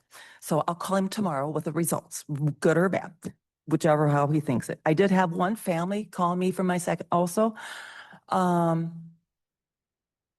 I said that I would represent this family anonymously this evening. And I can honestly say that this family has more on their plate than most people I know combined in the city of Onalaska. And once he understood, he was in the okay column. I had one anonymous yes, I had a second anonymous yes, and then I understand that there was, and that second anonymous yes was, God, don't close the library, with an exclamation mark. And the last one, our city administrator, Rick Niemeyer, was good enough to pass on to us. He received something earlier in the day and this was someone who was in first district, and this person was adamantly opposed. Regarding any quote unquote emergency meeting, I'm going to tell you what you need to hear and not what you want to hear. I don't ever remember it being called an emergency meeting. And I made a point to look it up while we're all here this evening. And I saw that it was noticed, at the top of it said special common council meeting. How it works here is that we have a regular common council meeting the second Tuesday of every single month. Since I've been here, it's always been the second Tuesday of the month. It used to be 7:30, it's now 7 p.m. It's always been the second Tuesday of the month. We want you to come here. We're not hiding out in the back room. There's been a handful of times when there's been elections held in this room where the second Tuesday it'll happen. We go down to the police training room. And our biggest concern always is, what does it look like? We've talked about that but where else are we going to go where we can accommodate the number of people we have and our staff and those who want to attend? And we've met down there maybe 3 or 4 times in the last maybe 4 or 5 years. But only because where else were we going to go? Because we are cognizant of that. But there's a reason why we notice this agenda that we do. That, by the way, is on onalaskawi.gov. I welcome every one of you here. If you're reading the minutes next week, go look us up. If you are watching us online, you can also watch us on YouTube, City of Onalaska. You can subscribe to it, so you will know when what we used to call back 20 years ago the Big Four. Common Council meeting will be broadcast and is on there in perpetuity or until we choose to take it off. Plan Commission is on there 4th Tuesday of the month. Board of Public Works is on there 1st Tuesday of the month. I think was that 4? Oh, and now Administrative and Finance, ANF, is on for the first Wednesday of the month. So, we are not having any backdoor deals. Legally, we're not allowed to. And the reason why things are noticed and our clerks do fabulous process of how they get the agendas out. If something is not on this agenda, for example, if someone comes forward and says, well, I like to go ahead and talk about making an ordinance that they don't want any street parking in the city of Onalaska. You can give all the public input up to 3 minutes that you want to this evening, but we cannot vote on it or talk about it unless it's under. Now, the public input that you gave this evening, we can incorporate some of those questions and answers because it is on our agenda, because what the things that you spoke about had to do with the proposed registration fee for each vehicle. We're not legally allowed, and you can get in a lot of trouble if you talk in a meeting about something that's not on the agenda. And why do we do that? Because it is our job, and I don't know if it's state statute or law or whatever it is, but the purpose of our agenda, and anyone who's in municipal government, is to let the public know what we're going to talk about tonight. Because then you could call it backdoor or whatever you want to call it, that we're trying to hide something, because but that's why we don't talk about things that's on the agenda. So when you see this, now the only time we may not talk about something that's on the agenda, maybe some new information came up, maybe a staff member said, I'm not ready to talk about that, let's defer it. So then we don't talk about it. And let's stay on topic. Oh, I'm sorry. But I was just kind of, okay, oh, I'm sorry. So, getting back on topic, thank you. So, Alderman Ash talked about the choices we had. And in our packet, and you can go online, and this will be in the packet, see Alder Knott's writing. There was, what was the most money that we could, I'll say, acquire, I don't know, kind of middling, and then no money. Or that we could save money. So one was closing the pool. That was one item. Oh, I have so many notes. So the pool. So if you look at revenues for 24, expenditures for 24, if we had closed the pool, we would have had a net saving of just a little bit over $35,000. Do we close the pool? I don't support closing the pool. That's how I met Kim Smith, now Mayor Smith, because we both served on a pool committee from 2000 to 2005. Finally got that damn pool built, didn't we, Dan and Wick? But it was a lot of hard work and grief and meetings and opinions. 2025 budget revenues and expenditures. If we had closed the pool for 2025, we would have saved $88,103. Do we close the pool? We could do that. But I think about all the children who learn how to swim, and they're off the streets and they're learning. And they're getting together with their friends and the parties that happen there. I'm going to try not to get emotional, so I'm going to move off the pool for right now, because it's something that's very near and dear to my heart, because my family we've lived here for over half my life. And I have a daughter who K through 12 in Onalaska. So I'm a very proud Onalaskan. I just didn't move here recently. I've been here in the trenches with you all these many years. The library, let's talk about the library. So the county owns the building, they staff it, books. I'm sorry, we own the library. So sorry, thank you.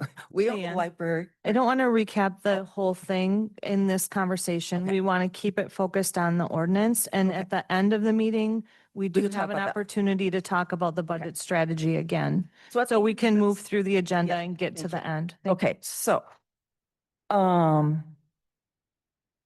to oh, interrupt no, your you're train good. of thought. The main reason why I support the $25 fee per vehicle is I've always been a proponent of having those who use a service pay for the fees.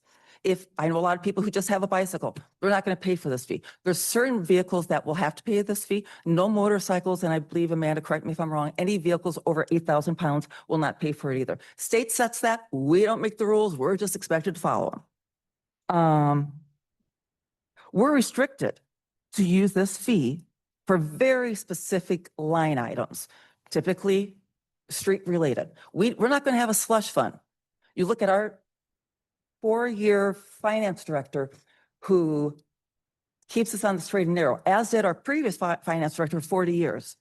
No matter what this makeup is up here, politically, backgrounds, gender, it doesn't matter. For the 25 years I've been here on and off, we have always been very conservative with our dollars. We just never have not, because we've been common sense, and that's just the Onalaska way. We do not go crazy. We just don't. The reason why you probably just all heard about it now is because we've really run the city really well. But at the end of the day, there's things that come up, and number one, it's the whole thing, mainly inflation. So lastly, considering all that I've spoken to, the logical choice for me was a $25 wheel tax.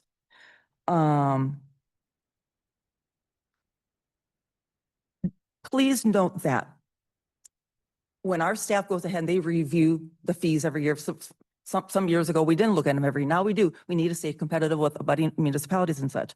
But at the end of the day, I can promise you, no one ever comes to a meeting to raise fees or come into these conversations to go, oh, yay, we're going to talk about raising fees. We don't like this any more than you do. But it is our responsibility, and we have been voted to go ahead and put a budget in place. And if it's not balancing, what are we going to do about it? So later we'll talk about all the things and all of our choices. But at the end of the day, I am very sympathetic. Please note, I am very sympathetic. But when I look at our choices, that is the one that seemed made the most sense to me. And it was a static number, and we knew what it was, and that was the end of it. So unless I hear something else tonight, I am still looking to support the $25 fee. Thank you. Thank you, Madam Mayor. Thank you for that, Alder Wolf. Mike Milk, you're the only one that hasn't had your first chance. Thank you, Mayor. I guess, a lot of things have already been covered tonight, but, our meeting, the special meeting in June started with people that were on the committee and specifically our council president talking about, we need to make hard decisions. This is not something, that we're coming into. We have to make a hard decision because this is where we're at. Closing the pool, garbage once a week, these things have already been covered and talked about now.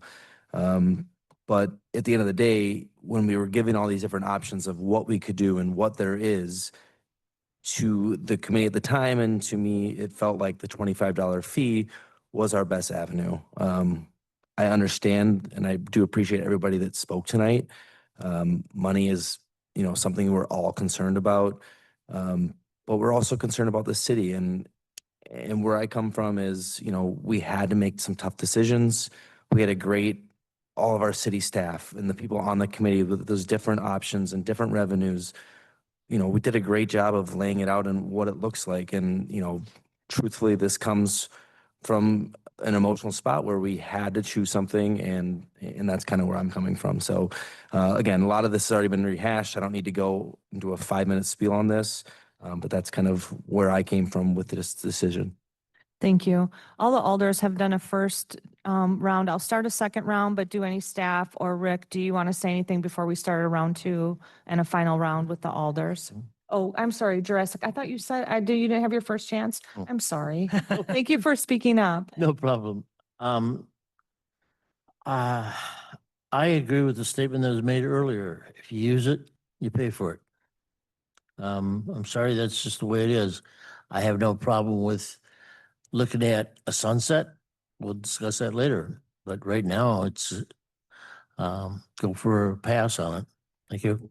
Thank you for that. Okay, we'll go to our city administrator to kind of speak, and then I'll ask if any other staff, and then we'll have the counselors do a final round, just to give those of you in the audience, I know you've been there waiting a long time, just so we can cut to the chase.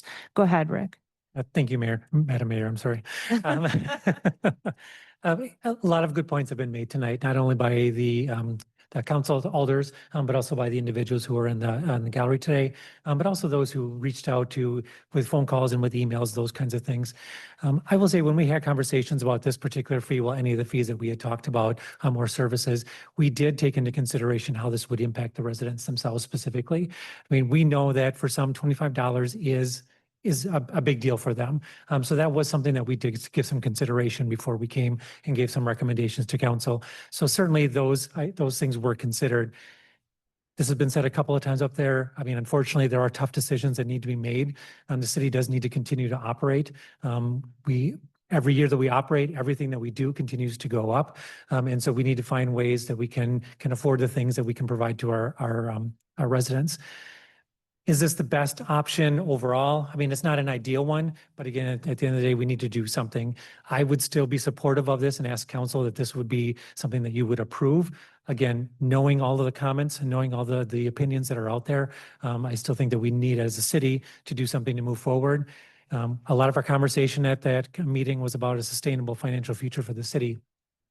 I think that the plan we came away from on that meeting was a sound one, and then we can move forward with. So I would still encourage council to approve this moving forward and continue the conversation. Thank you. Thank you for that. And then Amanda? The only thing I was going to add, just because there's been a few different references to sunsetting this, is that while you could do a sunset in the ordinance, I think that would be difficult just in the sense of, do you know what the future holds? Do you not? If the city finds itself in a better financial position at any time in the future, this can very easily be overturned, as opposed to some of the other options, that we looked at. We could undo this with a resolution and an ordinance change within a 2-month time period. And so there is always that option, if in the future you wanted to sunset this at any time, you can do that. Thank you. Any other comments from staff? Sabrina, did you want to say anything? Nope. Okay. So then we'll start round 2 for the counselors. We'll come back to Alder Lohendorf. I think Alder not had his hand up first. Well, I called on you first. I try not to go in the same order. Like he spoke first the last time, so yeah, I try to change it, believe it or not. No, I appreciate that. I think my biggest concern, honestly, outside of the fact that this potentially puts a hardship on albeit a smaller population of our city, they're still people. And knowing that up until a few years ago, I was a part of that population, I know what that's like, and that I feel like I have to fight for that. Another concern that I have is that I worry that this is going to set a precedent in the area, and it could be a slippery slope, that the county decides that they need to have additional funding. So then they impose a fee. And then a few years, it's no longer enough. $25 isn't enough. So then we have to add more onto it instead of, being in a position where maybe we can get rid of it. Maybe we can get rid of it in 5 years. Maybe in 5 years, we're worse off and we have to turn it into $50. And then where are we at? I think that, again, I'm new. I haven't, I've looked through the 2025 budget. It is huge. I've looked through it. Nothing was out of the ordinary for me, but I think that we potentially have other options. I know that's not the point right now, but I stand by, I don't think I can support it just because I worry about the future of what it could bring and how many other additional fees could be tacked on top. Thank you. Okay, Alder Knott, did you want to go next? Yeah, I want to move to amend to include a 3-year sunset position with the understanding that at the end of 2027, approximately 18 months from now, we have a public meeting that presents to the public all options to address our city's needs, which would include increased revenues, reductions or elimination of services, or a combination of both. I'll second it. So can I ask a clarifying question? Sure. So we're not sunsetting the actual fee, we're simply putting a requirement to hold a meeting. No, it would be sunsetting in 3 years unless at the end of that 2 years, at the end of 2027, the public sounds off and says that they think that's the way to go. Okay. So it sunsets at 3 years. That would be 2028. At the end of 2027, which is about 18 months from now, I want to have a public meeting.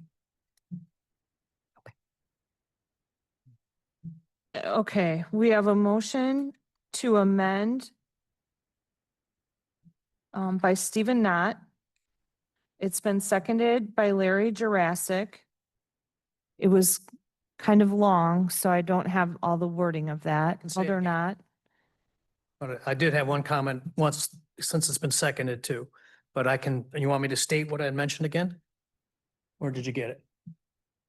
Go ahead and say. Yeah, you better Okay. say it again. Move to amend to include a 3-year sunset provision with the understanding that at the end of 2027, about 18 months from hence, we have a public meeting that presents to the public all options to address our city's needs, which would include increasing revenues, reducing or eliminating services, or a combination of both. Okay, we'll let the attorney speak first. City Attorney Amanda Jackson. Your mic's not on. Okay, because this is an ordinance, I guess I just want to make clear is all of that going in the ordinance or just the sunset? And then The We're sunset separately going to just have to have a public meeting. have to have a public meeting. So, Sunset would be the ordinance, but with the understanding that we're going to do this, okay. which would, yeah. So can I do comment now, since we had a second? Can I do a I friendly just wanna- amendment? Well, I want to explain why I'm doing it with the timing I did, that's all. Okay. Okay. Go the ahead, reason Aldernaut. I'm doing as is number one, is I think it is a show of good faith to the community that we do want to hear from them. Number two, it provides us at the end of 2027, a full year to implement whatever decisions we finally make for how to become long-term sound. So by 2027, we have a public meeting that gives us through the end of 2028 to implement whatever decisions we finally make. Okay. I have a couple questions. I'm not sure if it's appropriate to ask them. My first question, I guess, is to the city attorney. Is there such a thing as having a sunset on a city ordinance? We can do a sunset. I don't have a problem with that. I'm just sort of in my head going through the best way to implement a sunset, whether we actually amend one of the sections of Division 3 to put the sunset in there, or we put it in Section 2, where we say this ordinance shall take effect on November 1st and be enforced from and after its passage and prior to publication, although it would be published in due course, and then put the sunset there, and then just make a note to ourselves that we would essentially need a repealing resolution. I don't know if City Administrator Niemeyer has any preference. I feel like we could probably do it both ways. And it isn't in reflection of if it's sunset. I just am thinking logistically how to make it happen. That's where my questions are orientating from, just like thinking of how do we do this?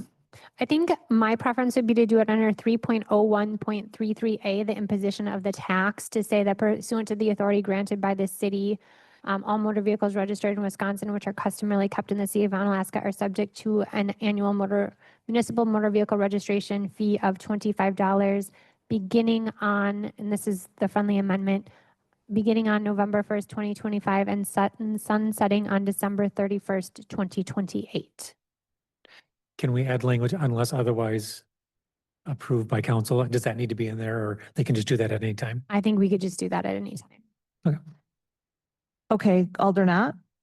So, yeah, the bottom line is, I think Alderman Ash really stated it the best. We have to do something, and we have to do something now for next year. This is, I think, the best way to move forward, at least on the short term.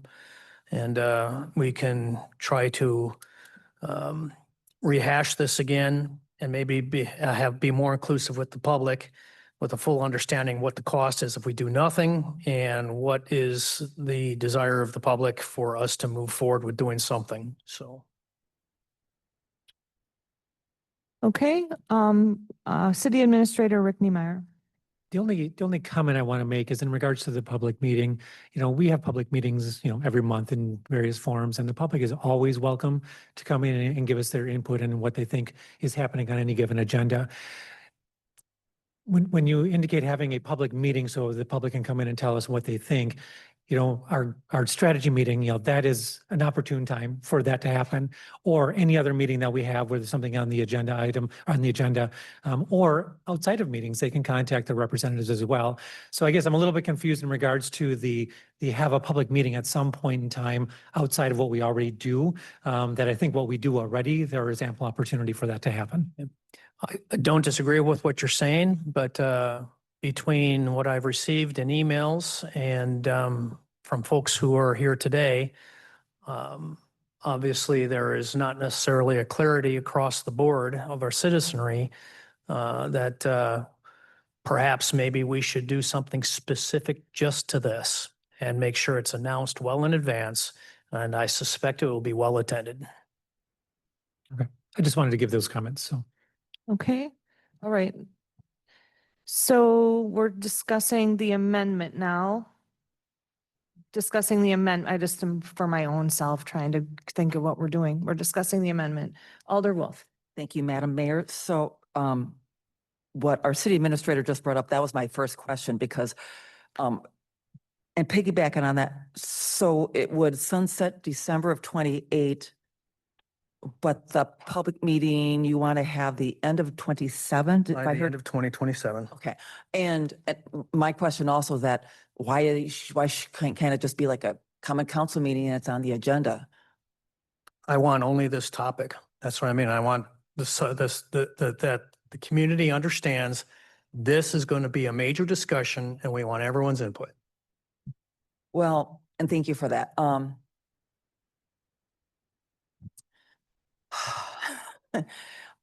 just thinking that through. I mean, I think about budget and we have a meeting every year. We have one meeting for budget. First, we have like budget where we come together and talk about budget, and then it goes to council or goes to council. We meet the Monday before Tuesday council meeting. And then we pass it then.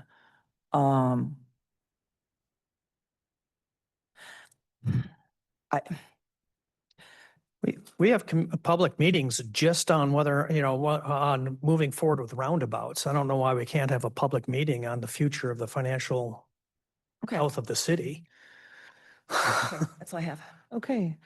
Any other discussion on coming back this way, discussing the amendment? Mike Milky. Thank you, Mayor. Kathy. I guess, when we're looking at this, I do like the good faith where we're talking and taking into consideration the public and our, constituents, but, the plan of this was to look for a long-term solution. So is 3 years long enough? Should it be longer? I guess I'm just throwing it out there, but, it's a long-term solution. I do like, to have that option out there with the sunset, but, is 3 years long enough? I guess is my only point. I'm just wondering. Okay, thank you for that. Alder Lawndorf. I'm just wondering if I like the idea of the good faith. It gives us a little bit of time, I think. Would it make more sense to have a public meeting or to propose like a referendum to ask to choose? I think referendum would be an option at that 2027 meeting. That would be things that the community could sound off on. What do we want to do before this expires in 1 year? Okay, Alder Jurassic. Thank you, Mayor. I agree with the proposal that he put forward. And as far as just 3 years, well, it's only gonna be 2 years and then we make the decision on whether or not we extend it, cancel it, whatever. So I agree with the proposal. Thanks a lot, Steve. Okay, any other discussion on the amendment? Alder Wolf, second time. Thank you. If our city clerk would humor me and talk about the cost of a referendum, if we have a standalone one versus if it happens to work such that we can go ahead and piggyback along with a regular election. We cannot have an election with a referendum only. It would have to be on the ballot with a general election or spring election. So the cost to the city would just be the increased fee to the ballot charge. So there wouldn't be a significant increase in the cost. I know we've talked before, but I think that had to do with something else. Like if we wanted to go, if there was an opening for an alderperson and, but I think the last time we had that, we just went ahead and put them on the November election, which is very odd, but it worked. So. Diane, I think there was an election, but we didn't have any local offices. So if we were to have an election where there was only a local office on there, then we would be responsible for the entire cost of the ballot. And we're always responsible for the cost of our poll workers and the rest of the expense basically for an election. And if I heard you right, that if we had a referendum for this, it has to be part of a full election. Okay. Correct. That helps because I think I've heard the numbers before. It's been like 10,000 plus or whatever. Yeah, for a special election, that's right. A rough cost of what an election In would cost. 2028, we will have a November election. Thank you. Okay, I think our city attorney has a comment. I just want to clarify because we've been throwing the word referendum around a lot. A referendum to increase taxes would be a binding referendum. A referendum related to a wheel tax would be an advisory referendum. Because as is before you, this is created by ordinance. So just know that the referendum would simply be advisory, not binding. Also, you know, having looked into having a binding referendum, there is a cost that the city's staff bears to have any referendum. I mean, we will have to expend funds to educate the public on whatever the subject of the referendum is. So referendums do not come without a cost back to our taxpayers. Okay, Alder, or not Alder, City Administrator Niemeyer. Certainly, and just off of what Amanda just said too, Amanda, am I remembering correctly or incorrectly that advisory referendums in Wisconsin were eliminated? That's what I thought. So that was what I was looking at, because my understanding is we're very limited now to what we can put out for an advisory referendum. I thought it was related to marijuana and just a couple other topics. And Well, so we would have 3 years to figure. we would have 3 years to Right. figure it out, or 2 years. But I also agree too, in regards to throwing out referendum, there are added costs to, again, the promotion of, materials to get out to the public. So it isn't just necessarily the ballot cost, but that is a valid cost as well. So there are other things. So when we do talk about referendums, I do want to be careful in regards to, that is something that we would have to address. Folks, that's only one option. Don't get focused on that. That's why we'd be having this public meeting, is discuss these options, and the public would have a lot of input, and what I'm sure would be a very robust meeting. So, yeah. Okay, are we done discussing the amendment? Okay, sorry, Alder Benash. Just want to be clear about the amendment. Does this amendment include this public input, or is that an advisory to this? I don't think you can actually put that in a, Don't understand. well, in your motion, you addressed that, put a sunset on this at 3 years with the understanding we would have a public input at that time, Public meeting. public meeting. Is that part of this ordinance? Or is this just going to be advisory? But it wouldn't be part of the ordinance, but it's part of my amendment. The ordinance would be the sunset. Yeah, so to clarify, Alder Knott's motion would include an amendment to 3.0133, which would include a sunset on December 31st of 2028. And basically, as a council, you would be committing outside of the ordinance to hold a meeting in 2 years to have public input related to where we stand on this fee, city finances. Yeah. And such. Clarified. It's not things. public input. I mean, I know how are you using the term, but it's not public input. It's public input through a public meeting, which is quite different than just public input at a standard council meeting. So that wording would not be in the ordinance. That wording would not be in It the would be an ordinance. We would, understanding that we have amongst ourselves. correct. I mean, my into it. understanding is you essentially would like a public hearing, correct? Yes, yeah, I think that's the words I think that's the actual technical term of where I'm going. Yes, it's a public hearing. And really, the public hearing would only be needed if we wanted to continue it. If we just No. wanted to let it sunset. No, because it's it's a kind of an extension. It presents the public all options to address our city's needs into the future for a long-term solution. So it's going to be a public hearing on city finances is what it amounts to. So, and of course, the wheel tax being extended is part of that as an option. A referendum could be part of that.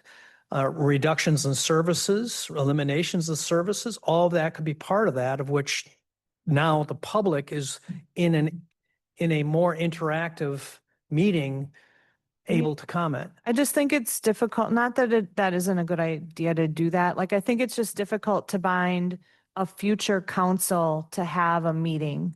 Why? I don't mind the idea of saying that this would have a sunset clause in it, and that the only way it could continue is if there were some sort of public hearing. That is no issue. But what you're saying is that a future council who, many of us, maybe none of us are even here at that time, have to have a meeting to discuss the city finances, which we have no idea what the status of them even are at that point. Well, a future council could vote to decide not to do that and eliminate that, but they'd have to have a discussion in a public forum that we're not going to listen to the public having input at a public hearing on our finances. And that, I think, puts a little pressure on them, but they can always say, you know what? let's move not to have that. But what mechanism do we even have to hold a council to that, Amanda or Rick? I mean, normally if we want to do something like, I mean, there is no mechanism. There's really not. I mean, you could censure yourself for failing to follow basically a directive that you gave yourself 2 years ago. I How mean, do they know? You know what I mean? Like, I don't mean to be critical. I just don't, I just want to set something that's real. I don't want to set an imaginary rule for the future. I think it I want to places, do a real thing. I understand, but I think it places a certain amount of pressure in 18 months on the council, whoever those members may be, to do this because it's in our minutes right now. Well, I think having the sunset clause does that because the vehicle registration fee will be ending. And if that council needs that to continue, they'll have to have a different plan in place. Or if they want it to continue, they'll have to explain to the community why it needs to continue. I guess in theory, but I also understand that it's real easy for us just to continue with the same process as we had and either let it sunset or just extend it or what have you and not, what I'm really looking forward to is having a really robust, I think we need to be more transparent with what our challenges are and what the real options are, none of which are good. By good, I meaning none of which are palatable by taxpayers. Right. I'm a taxpayer. None of what we presented in that meeting is something I'm like, gee, I love this. And I don't disagree with you. With the exception of 2 of them that were revenue generators that were to me no brainers in the future. Yeah. Yeah. Never got a chance to finish. Oh, sorry. Sorry. Okay, let's let Jim Benash and then we'll go to the city attorney and then we'll vote on the amendment. Unless someone else has to speak. I think it's fine for a sunset. Okay. Why do you have to wait 2 or 3 years to do a public input on what you're going to do? So, and as far as, I think the public can do this anytime, like they did this evening. They can tell us. I don't think we need to have a special meeting at that time, other than maybe to redo the sunset. So we're available anytime. Why do you got to wait a couple of years to do it? Do it next year. Do it next week. What's the difference? So, I think the sunset's fine. I'm agreeable with that. And public has input anytime. So I would vote no on this as it stands unless we change it to just the sunset. Okay, thank you. Let's go to the city attorney and then Alder Wolf, you will be next. Go ahead, Amanda. I would just recommend that in the interest of time, because we're very long into this discussion, is based on what I'm hearing is that I think that rather than vote on this motion and then maybe have to make more motions, et cetera, we could break this into 2 motions. A motion to amend 3.03 and a motion to have a meeting, and we could vote on them independently. Okay. We'll consider that. Alder Wolf. Thank you, Your Honor. So 2 quick things. I just feel the need to say for the record that I am quite offended for any council member sitting here to say or insinuate that this common council has not been transparent. Number one, I think that we're getting into very dangerous territory to even insinuate. Screening. Was it? Must be. I to hear that, it's. I've been part of the meetings. I've heard what has been said. And I just don't know where we haven't been transparent. We post the notices the Thursday or Friday before meetings the following week. I think I've done everything possibly that I can to alert people. That's why I was really trying to be the driver a few years back about having a city-wide newsletter, because I think it's very important that we communicate with our people. And we can't always, drag people to the horse to water to drink, but at the end of the day, we only have so many mechanisms. So I want to hear from people now. So secondly, Amanda, so we have this thing that we had to do with the state and whatever. And for those of you who don't know, with our salaries, they, instead of every 12 to 15 years, we might get maybe another very minimum amount. It was decided a few years back to go ahead and go along with the cost of living. When someone is elected, then it's whatever the last 2 years. Couldn't we do something like that where you have to do a resolution every single year in order for that to happen the following year? So could we possibly have that resolution, sorry, one more name, that just says that it'll be on the, that we have a resolution where we do have to pass that again for the following year. You have it early enough in the year. So for budgeting purposes, because come September, or, this is only July. The good thing is we're talking about this really early. We're not waking up September 1st and going, oh crap, what are we going to do? So kudos to the staff and people who have been meeting for 6 freaking months over this. Okay, let me just interrupt. We're talking about the amendment right now. Well, that's part of the amendment about having the whatever. Sunset clause. Yeah. I mean, we could do a resolution, but on the flip side, I guess if the goal was to change the ordinance, we would just bring an ordinance amendment. You could council can direct staff in any given year to do an ordinance amendment to either increase the sunset, decrease the sunset, it's no different than any other ordinance. We can make changes to that at any time at the direction of council. Okay. And I guess for me, bottom line is, it's just, I agree with Alder Benash. It's like, and a lot of what he said is that I appreciate people's passion for this, but come to our budget meeting when we spend all the money in November. We're talking about $25 a year. Again, please do not misinterpret what I'm saying. I understand those who have concerns, but it just seems odd that we're just not folding it into a council meeting. And here's the other thing. If I don't know if the concern is, will people only get 3 minutes? We are, per our city ordinances, I know for a fact that we can vote to have longer time for each person to talk if it's a matter of how much time, for that specific meeting, because we set that. We could say 0 to whatever time, but right now it's 3 minutes. So thank you. Okay. Anyone else want to comment on the amendment? I have a super fast question. Sure.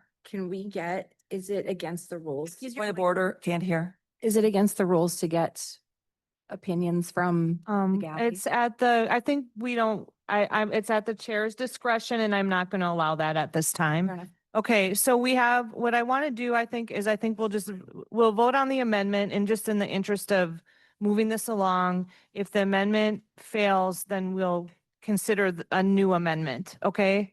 Or do you want to do it separately? Or what are we going to do? I think it would be more expeditious to do it separately, Okay. to vote on the sunset and then vote on the meeting. Okay, Open to that with my amendment if Larry's open on a second. okay. So the first amendment that we will vote on is the amendment to add the sunset clause, which will be the 3-year sunset clause for the end of 2027. 2028. 2028. Okay, maybe Amanda should say it rather than me. Yep. So Sorry, So- Stephen. really quickly summarize, the amendment that you'll be voting on right now will add language to 3.0133A, which gives the city the authority to charge an annual municipal motor vehicle registration fee of $25, effective on November 1st, 2025, and sunsetting on December 31st, 2028. So this will just be the sunsetting portion of that. And Joanne, we'll do it by roll call. So if you are in favor of this amendment, vote yes. And if you are not in favor of the amendment, vote no when your name is called. Joanne. Diane Wolf. No. Kathy Lowendorf. No. Stephen Knott. Aye. Jim Benash. Aye. Larry Jurassic. Aye. Mike Milky. Aye. Okay, so the amendment passes at a vote of 4-2. Okay, so now we're wanting to vote on the second amendment. For the public hearing. The second amendment will be restated either by have Amanda state what the second amendment is. To commit to holding a public hearing on the city's financial position in 2027, the second half of 2027. That's fine. It can always be earlier in December. Okay, again, this will be by roll call vote. Well, I want to do a discussion real quick on it. Oh, It's, Just real I'm quick, I have sorry. 10 seconds, Yes, literally. discussion. So I heard what you said, Dan. I was in no way trying to infer that we weren't being transparent. We were totally transparent within what the state law requires and what our normal processes are. I just feel a public hearing ramps that up to obviously more transparency. A hearing allows more interaction with the public. That's all. Okay. Alder Wolf?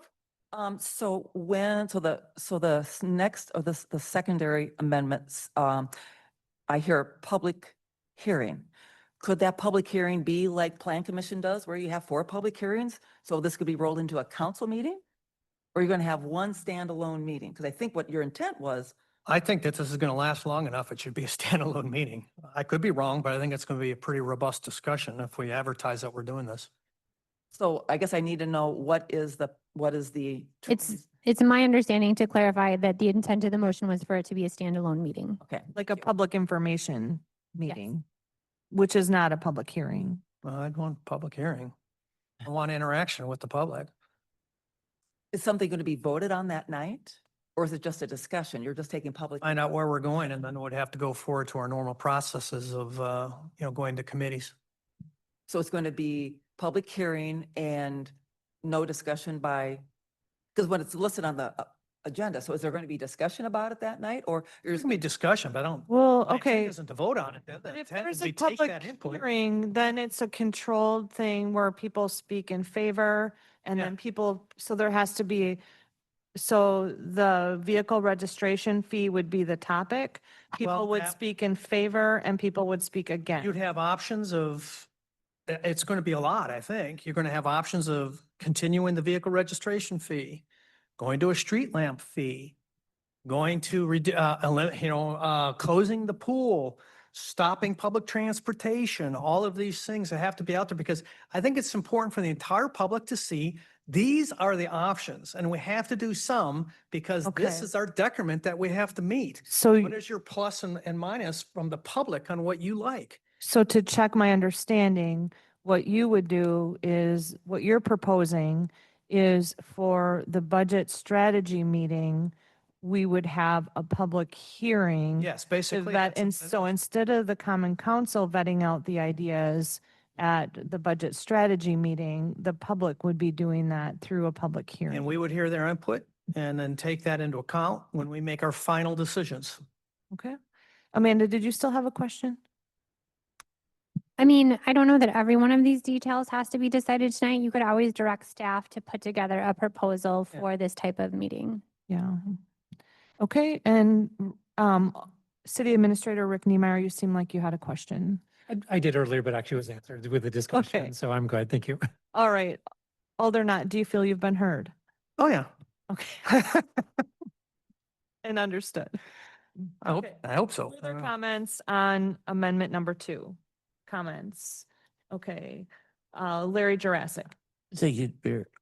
Basically what we're gonna do is after that meeting, it'll just be a referendum to the council. No, no Not a referendum. referendum. No, I mean, from that meeting that we have with the public, it'll just be suggestions to the council. Yes. There won't be anything voted on or anything like that, so I'm favorite. Okay. Alder Milky?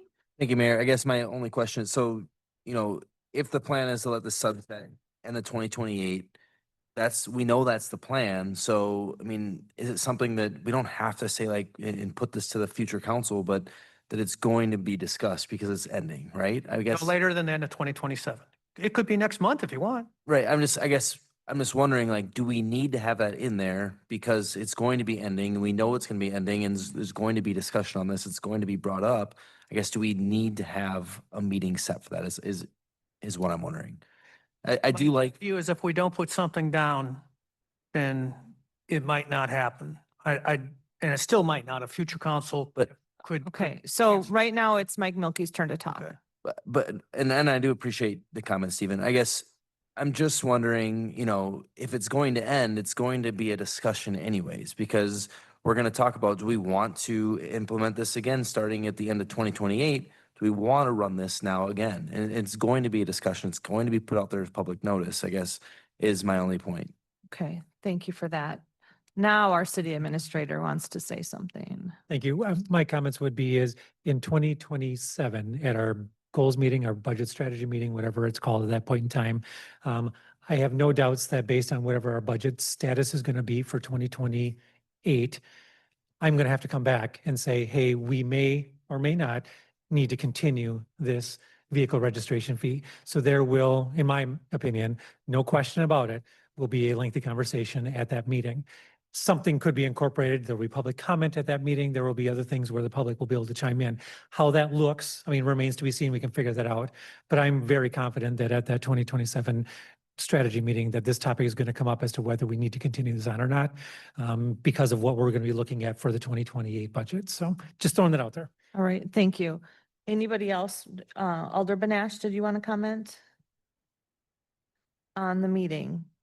Did you get your turn? I did, but one real quick point. And then we'll go back to Stephen, and then I'll ask for a last chance, and then. So we'll last vote. chance. So the reason why I am not going to support the Second Amendment is because talk with your people. People can come to every single meeting if you want to. You can come to every single meeting we have every month, not just tonight. You can, because you don't have to, you're not restricted to what you can talk about. That's one thing we could do, but we don't. You're not restricted by what's on the agenda if you want to give input about something. I welcome input. Please do not misunderstand. I welcome input.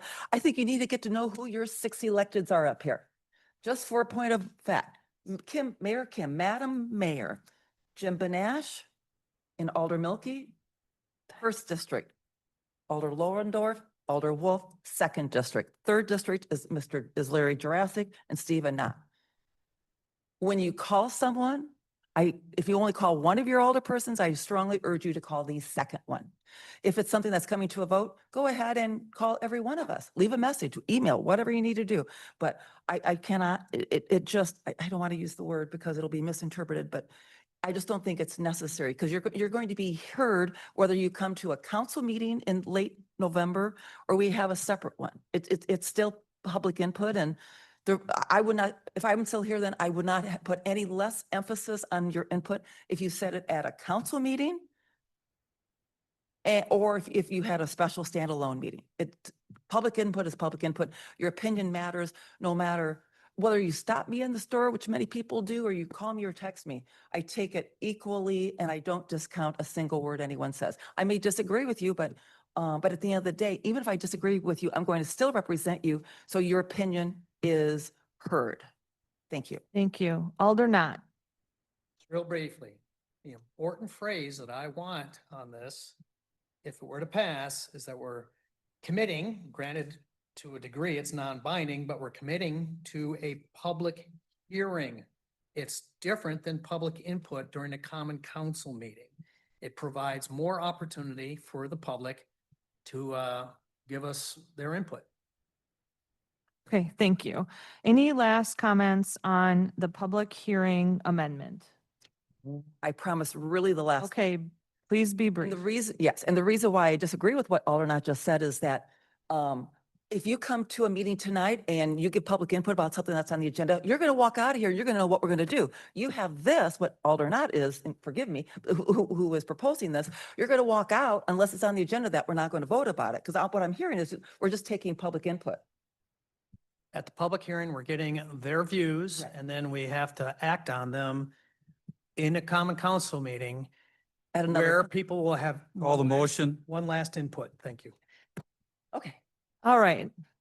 So now we're voting on the amendment, which is regarding to add the public hearing portion to the motion that's on the floor. Joanne will call the roll. If you vote yes, it means you want to add the requirement for the public hearing. If you vote no, it means you do not want to add the requirement for the public hearing. Please answer when your name is called. Mike Milky, Nay. Jim Benash, Nay. Larry Jurassic, Yay. Diane Wolf, Nay. Kathy Loendorf, No. Stephen Knott. Aye. Okay, so this motion fails. There were 4 no votes and 2 yes votes, so we will not be adding the public hearing requirement to the motion. So the motion on the floor now is to approve ordinance 1826, 2025, which does create the municipal vehicle registration fee. And this will include the 3-year sunset clause as it was amended. That is the vote that we have on the floor. Did I state the motion correctly? Yes, Your Honor. Okay, without any further ado, we'll move right into the vote, and the voting will be via roll call. And I'll ask the clerk to vote a yes. A yes vote is in support of this ordinance as amended. Kathy Loendorf. No. Diane Wolf. No. Mike Milky. Aye. Larry Jurassic. Aye. Stephen Knott. Aye. Jim Benash. Aye. Okay, the motion passes 4-2. Okay, now I declare a brief break. Sorry to the audience. Our meetings normally do not last this long. Thank you. We're going to pick up the meeting. We are on the items that were pulled from the consent agenda, item N. And for that, I will refer to Mike Milky, who chaired the ANF meeting this month. Thank you, Mayor. Item 6N, this is approval of ordinance 1828-2025 to amend the section 3 of chapter 4 of title 2 of the Code of Ordinances of the City of Onalaska related to meetings, public notices, residence requirements. It was recommended at ANF to approve, so I'll go ahead and make the motion to approve this as well. A second. Okay, we have a motion on the floor it's been made by Mike Milky. It's been seconded by Kathy Loendorf to approve. Is there discussion? Under discussion. Oh,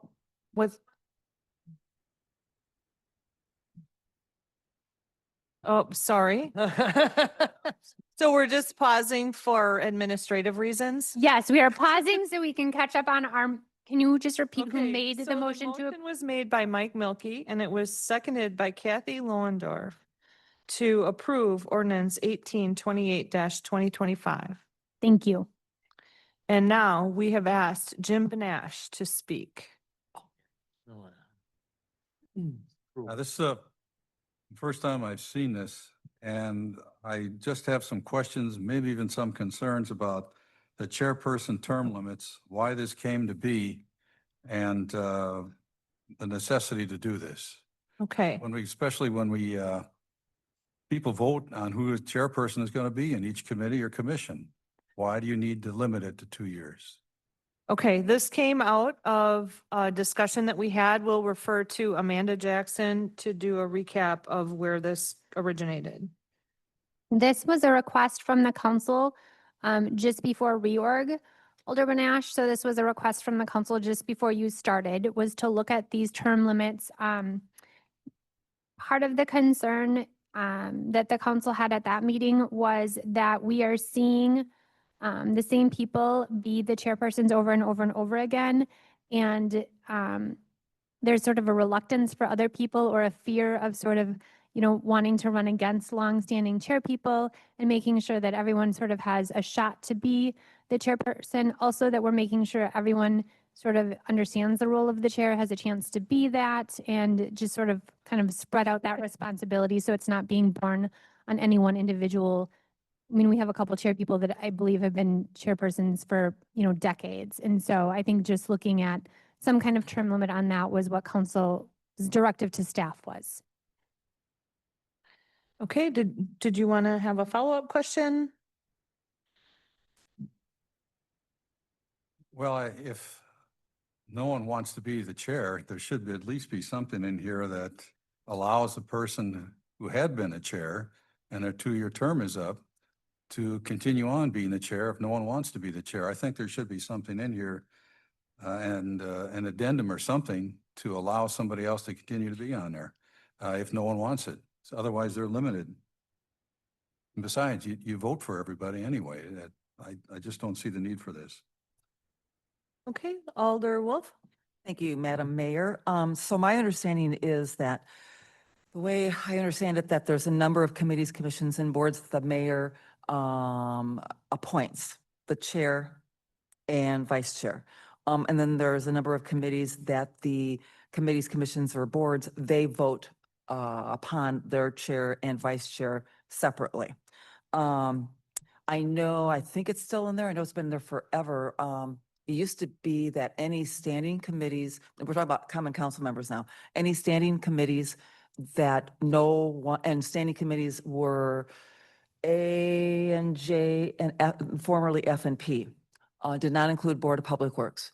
But those that counselors mainly serve on together, no one council member could serve more than 2 years in a row for chair.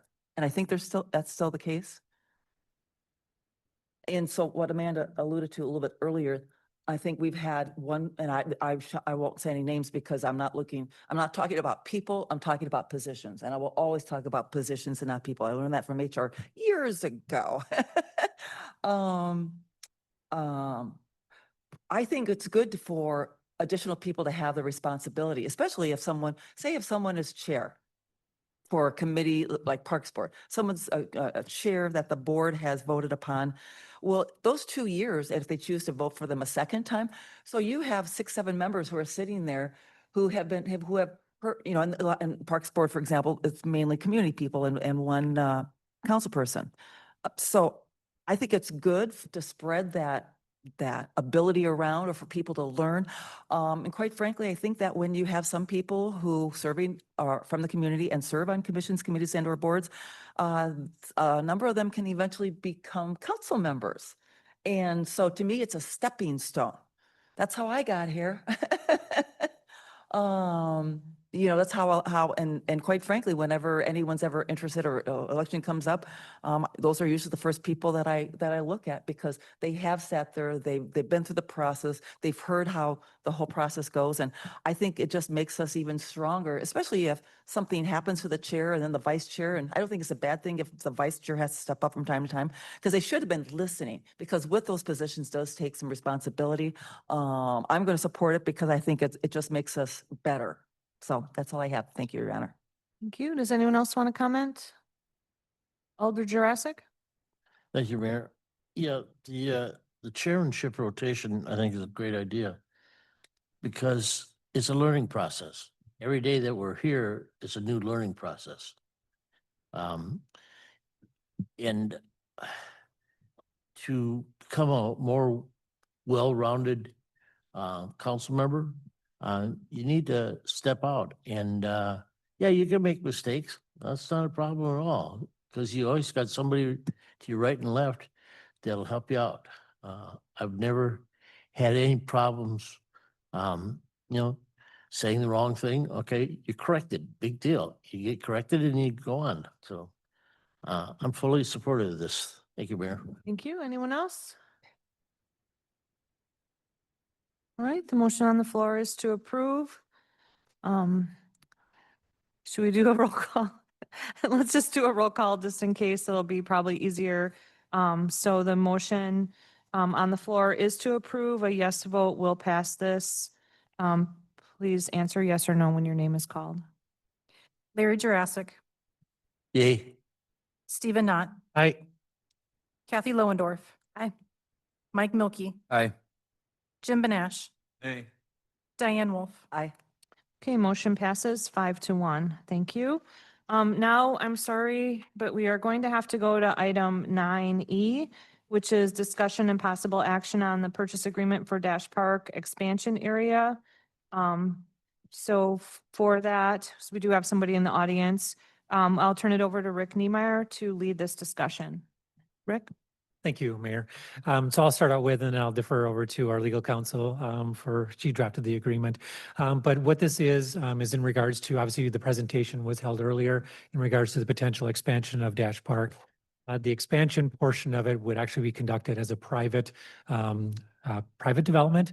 And then the intent would be is at the time that the development was completed, that it would be turned over and dedicated to the city as a park. And so prior to them maybe initiating any construction, wanted to look at, is there some commitment the city wants to give them so that they don't end up building a private park? So I'll turn it over to our legal counsel, Amanda Jackson, in regards to the agreement and what the terms of the agreement are. So I'm going to take a step even further back just a little bit and go back to budget of last year. So during the budgeting process last year, we designated 300,000 of park development funds in the capital improvement budgets for a splash pad. As we explored that process and what that would look like, it became apparent that that we would not be able to implement a splash pad somewhere in the city for that amount of money. And so at the same time, we were discussing the expansion of Dash Park with Dave Scogan and family, as well as his architect, Nathan. And they discussed the possibility of incorporating that into the expansion of Dash Park. And so that's sort of where the idea of this was born a little bit. And so part of the reason this may feel a little bit last minute is that this has sort of been an evolving process, right? Because we're dealing with just sort of a lot of different moving parts.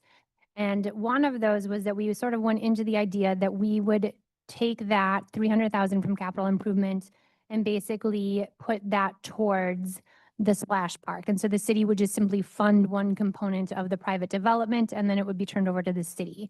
And as we really got into like needing to put that into motion, it became very clear that that was going to be both administratively and logistically from a legal standpoint, very difficult, right?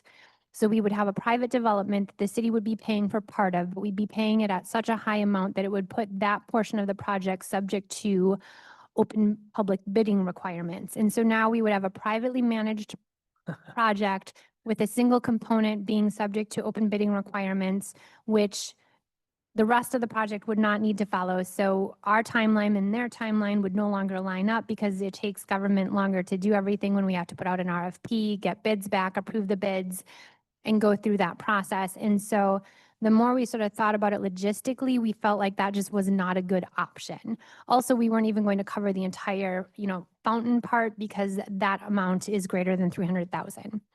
And so after a lot of internal discussion, we felt like one of the things that we can use with park development funds is still for park acquisition. And so we have the money in park development funds at 300,000 earmarked for a splash pad. This is still a splash pad, but we felt like from a legal standpoint, a better mechanism of doing it would essentially be to buy the park at a significant discount. And so as you note in the agreement, there's about a $2.2 million donation being made in way of the other developments, land acquisition and whatnot. And then the city is going to pay $300,000 for essentially the purchase of the Dash Park expansion. And that includes all of the different elements that Nathan described. So we would attach the plans to this agreement. And so it would commit Skogenheim to make the improvements as described to you tonight. The city would then take that land over, much as we did the original Dash Park. It would be dedicated to the public as parkland. And then essentially the city would, as discussed earlier, take over maintenance, as well as, water costs and things like that, and be responsible for the park moving forward. It's a relatively basic agreement. It's only about 2 pages long. We have not given this to the Skogans yet to have their legal team review. So I don't know that we need to get into sort of like a high level look at this tonight. I think what we're really looking for is a head nod that this makes sense, that the city would like to pursue purchasing the park, to go forward with negotiating with the Skogans, and then we would have the agreement come back to you for actual final approval once we have a final draft of it. But if you had sort of any feedback that you wanted to give on the agreement tonight as well, we would be, glad to take that. Amanda, before we go any further, can you outline under what conditions we would go in? What conversations would be appropriate in closed session, and what conversations would be appropriate for open session for this discussion this evening? There's not a lot that's really negotiable. I mean, the purchase price is sort of set. And so I guess if there's terms that you're really concerned about the confidentiality of or our bargaining position at that point, I would be happy to entertain closed session. But Administrator Niemeyer and I, really felt like with sort of as limited as the agreement is and with the price being essentially fixed, there was not necessarily a lot that could require a closed session. Okay, thank you for that. Rick, did you want to add anything? I was just going to concur with that in regards to the closed session. I don't know that there's necessarily anything specific. If this were to come back with maybe some modified terms that we have to start talking about, maybe under those circumstances, it would be a closed session item potentially. But I think for this evening, I think for the most part, I mean, if we get to a point where someone's like, I don't know if I should say this or not because it's something, then we can talk about whether it goes in closed. Okay, so then I guess we're ready to open it up to council then. If you have any questions or comments or opinions, now is the time. Alder Benash.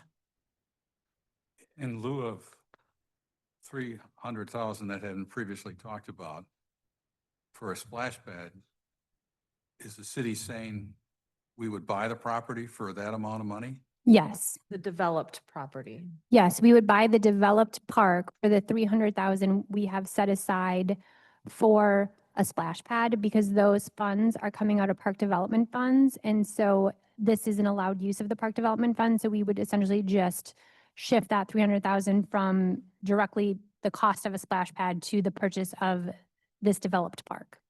You had said something about negotiating. You're not talking about negotiating more money, or you're just talking about negotiating the change in the way that we're going to approach this?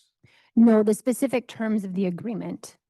So, you know, if the Skogans have specific terms in this agreement that they would want to propose or additions, you know, or anything like that, you know, that would really be, I think, the only thing that would come back to you. Thank you. Yeah, and I guess I would add for people who may not know, maybe, I don't know if Amanda, you want to talk about it or if we want to go to Dan, but maybe, since we're into public education right now, we should talk about park funds and how limited the use of those are and how this really is a good use of park funds. Yep. So when new projects come into the city, we receive either fees or dedicated land. So more often than not, we receive fees in lieu of a land dedication. So if a large development comes in, so for example, like Grand Meadows Estates, you know, would be an example where they would either give us land or give us a fee in lieu of land dedication, or sometimes I think they can technically do both. Or if you look at like the Fields project, that would be one where we would have gotten, you know, fees related to green fees, as we call them. And so all of those go into a fund, and by statute, they are limited in what we can do with them. Almost frustratingly so. And so if any of you have heard me talk about this in the past, we can use them for new improvements. We can use them for land acquisition. We can't use them for maintenance of existing parks. And so we really are fairly limited in what we can do with those. And we do have enough money in that fund right now that we could cover this 300,000, which is why it was earmarked in the capital improvement. It is also a fund that regenerates itself. And so, you know, as additional developments go, we will get more money into that. And this park particularly is ideal because it's kind of a regional park as opposed to being a neighborhood park. Because if you look at neighborhood parks, you're really supposed to spend the money on a park that benefits the community where the fees came out of. But because this type of park is beneficial to the entire community, it actually is an easier way to use the funds, if that makes sense. Thank you for that. I appreciate that. Any other comments from the counselors? Alder Wolf? One question that I have is if this addition goes forward and its completion, we swap money, it's now ours, say, in the next couple of years, is this still going to be considered part of Dash Park? Yes. So right now they're two separate parcels. Ideally, what we would like to do is, as Nathan discussed, we would vacate that part of the alley, sort of from where the marketing firm roughly ends to the street. We would vacate that, which would then allow us, after we take, after it's dedicated to the city, to basically merge it into one parcel. So it would all be Dash Park. So no renaming, no? No. Okay. And I have one additional question, but honestly, I do not feel comfortable being in open session and one could almost consider under negotiation. But I don't feel comfortable saying it in open. You can make a motion, any council member can make a motion to go into closed session. Well, let's exhaust open session first and then we can consider closed session. Alder not? I have one general question. Would the splash pad only be usable, i.e. turned on, if you will, during certain hours, as an example, 10 a.m. to 5 p.m.? Yeah, I think Dan had already Yes, answered that. yep. And it would only be turned on for part of the year. So obviously Yes, summer. it would not, yes, run, and we can control that on a very minute by minute level. So we, if we have it for, I'm going to speak for Dan a little bit, but jump in, if we decide we're going to run it from 8 to 8 for the first, 2 weeks, and then we're like, oh, nobody's there from 8 to 10, or really, 6 to 8, then, we can tighten that and we can like, okay, we're only going to make it so that we've got pretty good controls over that. I mean, we could even decide we're going to shut it down, for a period of the day. So if we do a study on capacity limits, obviously I was concerned with before, and it turns out that it's X number of people, and we determine that we've exceeded that, it's very easy for you to flip it off.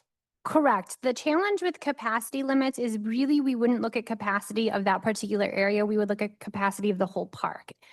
And so you look at, roughly 5 net square feet per person standing, and then 15 net square feet per person with tables and chairs. And the problem with parks, and Chief Floody, please jump in if you would like to, is that they're very transient, right? Like, you're taking capacity at a snapshot in time in any given moment, and kids come and go, they run in and out of parks. I mean, people are constantly moving. And so, is there a chance we could be over capacity? Maybe, if Tug is playing in the park on a Tuesday night, right? Like, definitely, but I think it's very unlikely that we're going to exceed capacity just on a regular day. There's several of these in La Crosse, these smaller sort of, I call them fountains more so than splash pads. And I mean, I think Nathan hit it on the head in the sense that, if you're a parent and there's too many people, you're just going to leave. I mean, they do kind of self-regulate themselves. Any other questions or comments? Alder Jurassic. Thank you, Mayor. I'm assuming this is gonna be posted time for, it's gonna be available. Is it also gonna be on that posting, what months are gonna be available? They're gonna have a shutdown and a opening? I think we probably initially, and again, Dan, feel free to jump in, would post what months. I think that while we're fine tuning when the best hours to have it, on and off, we're not going to start with signage, just because I think it's going to probably be that first summer will be a learning curve as to what makes the most sense, and sort of our own independent study and like capacity and how often we want it on. But we could potentially post signage giving hours. Okay, any other questions or comments?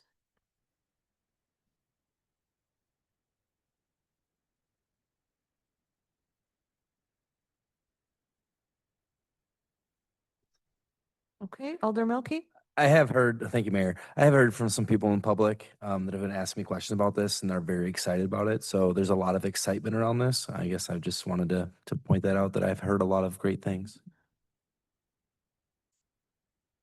Yep. Okay, so Rick, what additionally do you need here? Basically, just some guidance from council that we can move forward with negotiating the terms of this agreement and then bring it back to you when we have some finalized terms. What kind of timeline are you looking at? Are you thinking the next council, or would we have to have a special council meeting? I know we want to move forward fairly quickly. So I mean, maybe next council, there might be a special meeting. Kind of depends on how quickly we can get it back and forth between the attorneys. An emergency meeting? Sorry. Slap me. So again, it is, I mean, they still want to do construction on this site yet this year. And so they want to move forward as quickly as possible. So we would get it over to them right away, and then hopefully they would get back right away as well. Okay, so they need to know if council is comfortable with them moving forward with negotiating this contract, which will include the development of the park with the understanding that we will buy it for $300,000. Will that be coming back again for one more vote? Yes, Correct. Okay. Yep. But that would be kind of. that would be the final contract. vote With the understanding that they think we're going to do it. I mean, And that's my concern. That's why I have two quick questions. in okay, well close then before make a motion Okay, I for just want to that. make sure. then. So I move that we go into closed session for further discussion on item 10. Do you have to read number 10 then? I need a second first. Well, Well, I think you have to read number Read it, 10, don't you? If correct. you want to Yep, go you into should read closed it. session. discussion of possible action on and have to read the whole thing. Or I mean, I can read it Well, or you can read Maybe it. break. So, item 10, discussion and possible action on Dash Park Developer Agreement negotiations. Note, the Common Council may convene in closed session under section 19.85 1 E of the Wisconsin statutes for the purpose of deliberating or negotiating the purchasing of public properties, the investing of public funds, or conducting other specified public business whenever competitive or bargaining reasons require a closed session. The council may reconvene in open session to take the necessary action and/or continue with the printed agenda. Second. Okay, we have a motion by Alder Wolf. It's been seconded by Alder Knott to go into closed session per item 10 of the agenda. Voting will be by roll call. There's no question. Voting will be by roll call. Jim Benash, Aye. Kathy Loendorf, Aye. Stephen Knott, Aye. Mike Milky, Aye. Larry Jurassic, Aye. Diane Wolf. Aye. We are in closed session. The time is 10:07. And for anyone in the audience that's non-staff, I think this is going to be. It'll be real short. I intend this to be very, very short. Oh.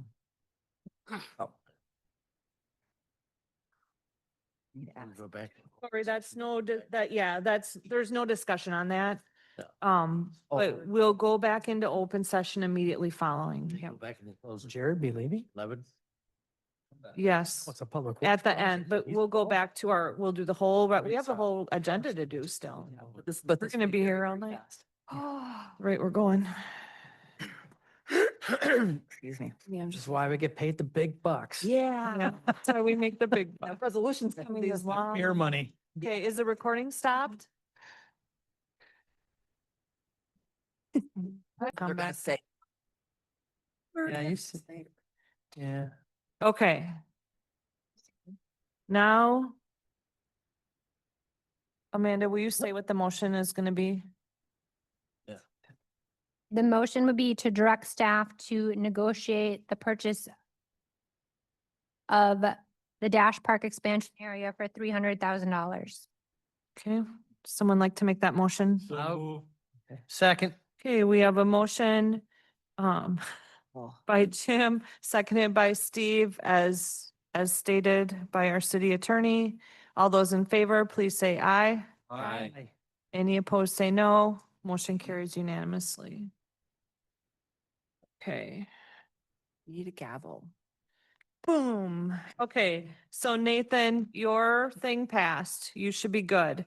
Thank you so much. I'm Thank you. sorry that, Patience. sorry that it got to be so late. Usually easier than this, but. We never go this late. We- Grinding the sausage, man. That's all. Let's do it. We still love you. We hope you still love us. Okay, Thank you. Thank you. okay, now we're gonna go to the vouchers and we're gonna stick with Mike since he was the chair. Yep. Number 8. All right, the following is a list of monies expended since the last common council meeting dated June 10th, 2025. The total of $2,727,713.29, and I'll move to approve. Second. Okay, motion by Mike Milky, seconded by Larry Jurassic to approve the vouchers as described. Is there any discussion? Not hearing any. All in favor, please say aye. Aye. Aye. Any opposed, say no. Motion carries unanimously. Thank you, Alder Milky. Number 9, City Administrator Rick Niemeyer. Thank you, Mayor. The various, or the update, everybody has the report in front of them for sake of time. If you want to read it, it's part of the record. It'll be attached to the agenda.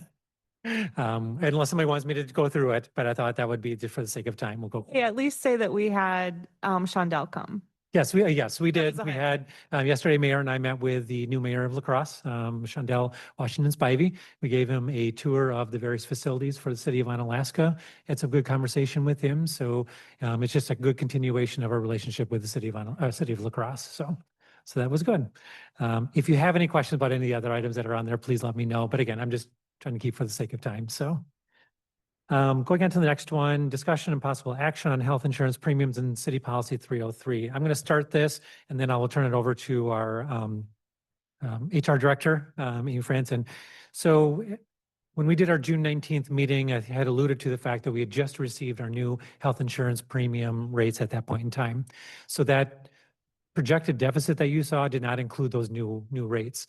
So the rates, and again, I'm going to give you a high overview and Amy can go in a little more detail.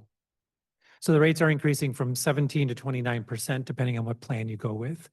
Under our current city policy, the way it is currently stated, we would be required to go with the one that is 29% of an increase. And so obviously there's a memo that's attached along with the city policies. So I know you've had a chance to review that memo. But because of that significant increase, that would be a $256,000 increase above what Sabrina projected in the deficit. And so if we do some modifications to the policy, we can bring that number down to 95,000. Again, still a chunk of change. But from my perspective, easier to swallow than it is with the 29% increase. So that's the background of it all. So Amy's going to now talk about a little more specifics on the numbers and about the policy.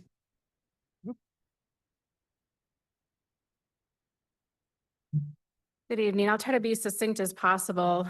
So the issue that we're running into and wanting to bring this to your attention is the policy right now on insurance and how we calculate that. So this policy, the insurance policy, was updated in 2022. The intention of that update was to include our regular part-time folks into our dental plan. And then we made some various updates as to how we were currently practicing things. And with the state health insurance that we go through the employee trust funds, ETF, they set the rules, they dictate the premiums, they establish who the plans are in our area, and then we respond to that by our policy, which is 80%. And when we updated that policy in 2022, we inserted the language that said 80% of the lowest cost tier 1 plan. By ETF's definition, lowest cost plan, tier 1 plan means the same thing. And so that has been their definition. Fast forward 3 years, that definition no longer holds true because now our health insurance costs for 2026, we have a lowest cost plan and then we have a lowest cost tier 1 plan. So we have a tier 2 plan that's lowest cost, and then we have a tier 1 plan that is not the lowest cost. So now we are in conflict with how our policy is written.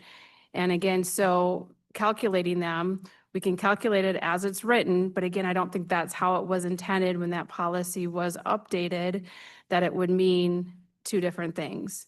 So the direction that I think that we are looking for, because open enrollment prepping, we are starting that right now. Open enrollment starts in October for employees to choose their elections for the start of the year. We will need to know how to move forward with that policy, keep it as written or change it to possibly strike the reference to tier 1 or some modification of that. And I'm happy to go through those. That's right. I just wanted to add a couple of things as well too. So is outlined in the memo, the tier 1, 2, and 3, that just refers to the cost of the plan. So the plan that the majority of employees are in is the Quartz West. I think the rough numbers were 92, I think it was. And so where was I going with that? And so I don't think a lot of people would change their plans from what they currently have. And so from a practical standpoint, it doesn't make sense for us to stick with the lowest tier 1. Not only from a financial standpoint, from a likelihood that many employees would not switch. So if we remove the tier 1, that really gives us an option, quite frankly, at this point each year to take a look at what is the most advantageous policy to not only the city, but to our employees as well. And so again, changing that language not only helps us for 2026, but we didn't think 2026 was going to happen this way. So that way, if something does change in future years, we still have a little bit of flexibility on that as well. So I just wanted to throw that out there. So Rick, what you're asking for pending discussion is approval to update policy 303? Correct. And the reason it didn't come through committee first is, we got the rates just before our June 19th meeting. We've had an opportunity to now look at numbers, crunch a bunch of numbers, look at different options and come up with, from our perspective, this is the best plan to come up with. So we didn't have all that done in time for the committee review. So yeah, so what we ideally would like to do is have the council tell us that that's the direction we want to go. We can always bring back the revised policy officially next time if we need to. If it's just that one strikeout, that might be something we can take care of tonight as well too. I'm just, those are some options for tonight. I feel like that makes sense too, but it is a council decision. What is the desire of the council? Stephen Knott? Well, I guess to get some discussion going, I'll move to approve. Second. Okay. All right. Motion on the floor is move to approve making the change to policy 303 as Rick described. Roger. And just so we're clear, think that is we need to be- removing the reference to tier 1, the paying the 80% of the lowest cost. Okay, I just want to clarify, make sure we all understood the same thing.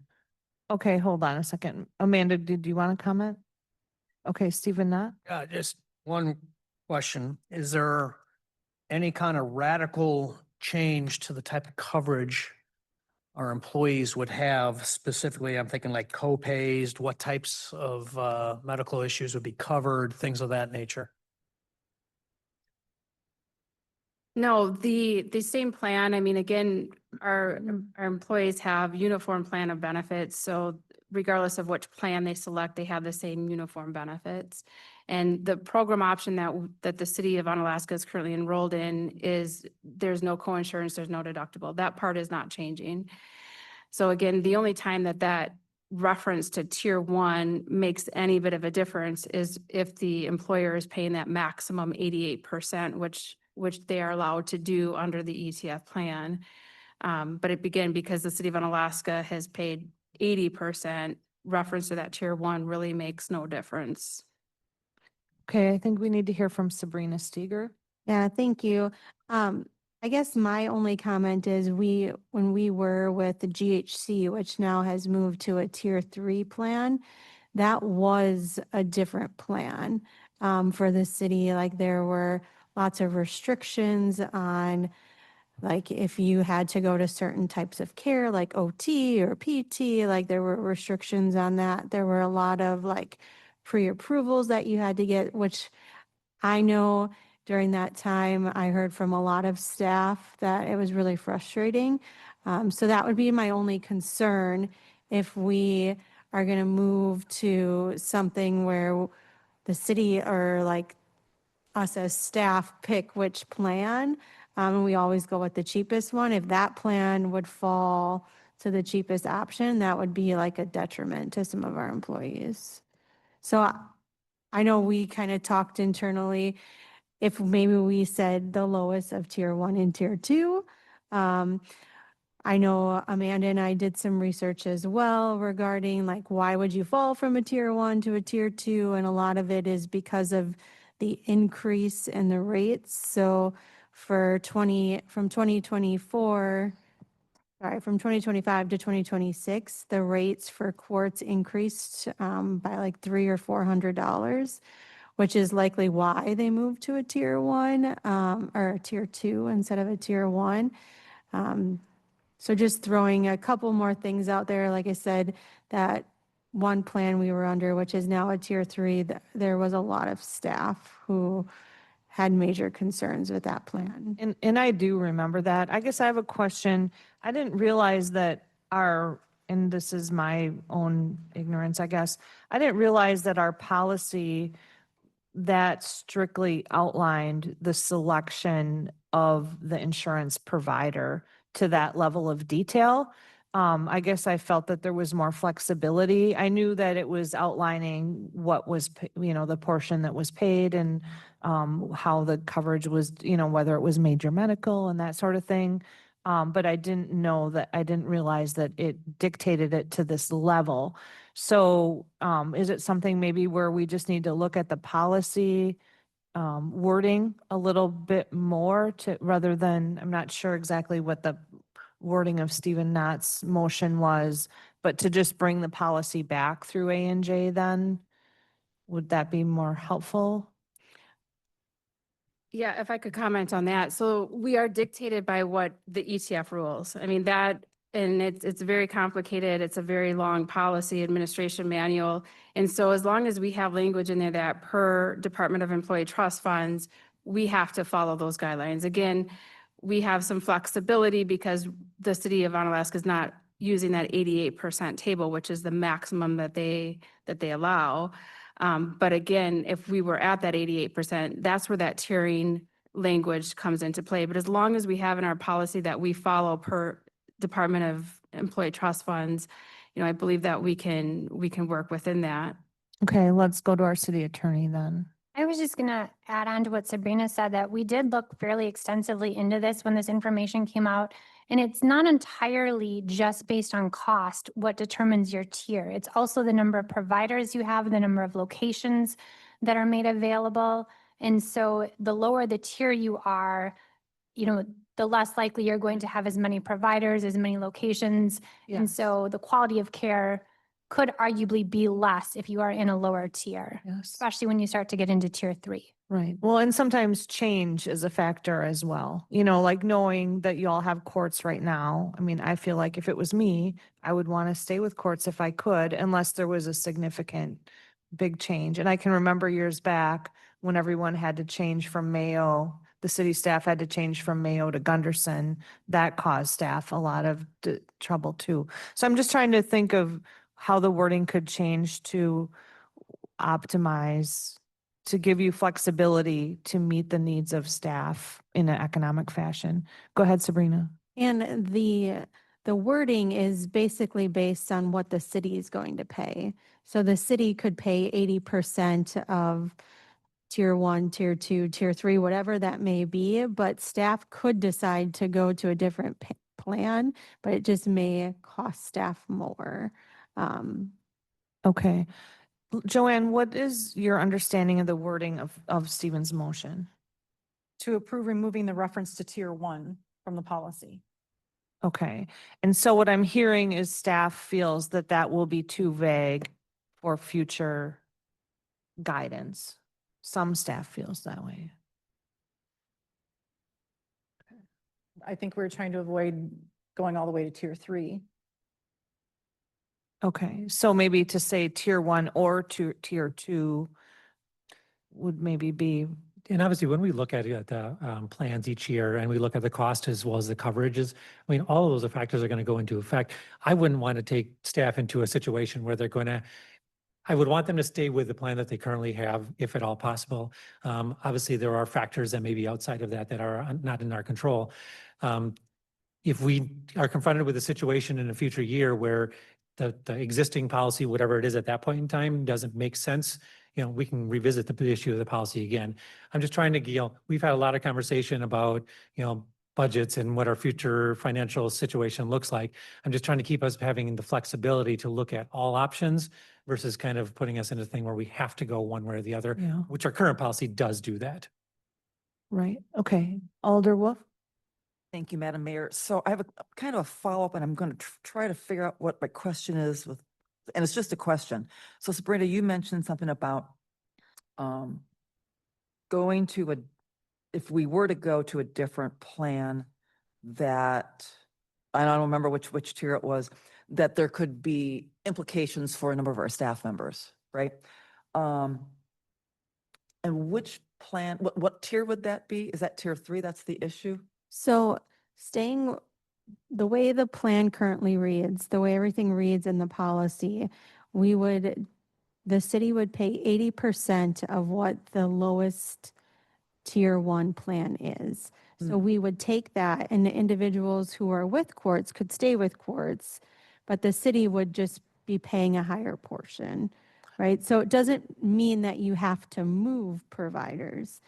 But my fear is if we don't put of tier 1 or tier 2 into it, and one of the tier 3s would become the lowest cost option, that would have different services and different things that,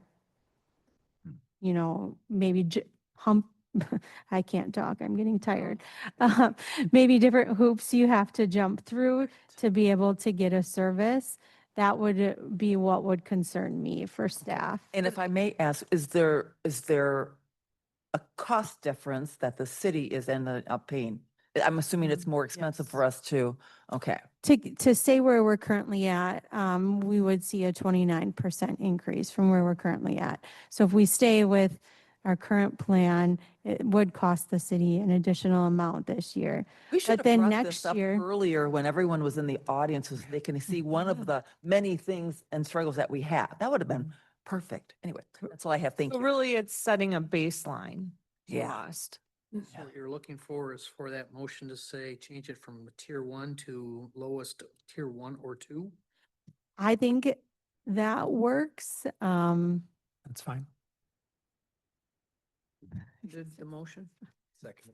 You good with changing that? Yeah. I'm just, real quick. Amy, do you have anything else you wanted to add to it? So what we're doing is we're trying to establish the direction that you want to go. If it's the city's intent to take on the brunt of those rising health insurance premiums, then we stick with the way the current policy is written. If it is the city's intent to somewhat share that cost, then you remove that reference to tiering and we go with the lowest cost plan. And then again, if there are sweeping, changes year to year with health insurance plans or things like that, I mean, I think those would be things that we would bring to your attention.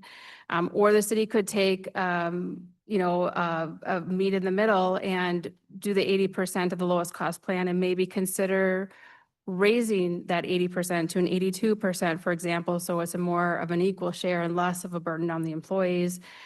So again, there's various options within, before you tonight, again, between that tiering, lowest cost option, or even some combination of that.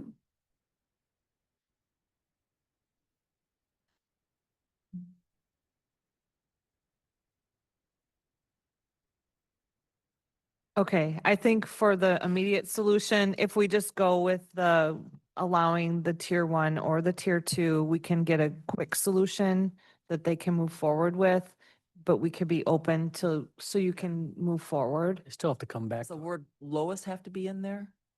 Okay. I still have to come back to council. Because the alternative would be leaving it wide open and then dealing with it every year, or Because right now, oh, sorry. Because right now, I mean, the intent is to keep with the courts, because that's the lowest in tier 2, and so that's tier 2, but it's the lowest. And so that's our intent. So even if it was wide open this year, that is the intent.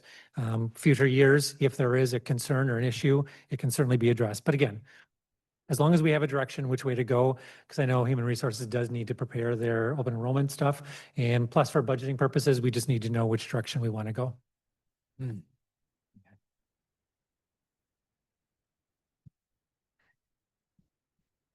so the motion on the floor would achieve that.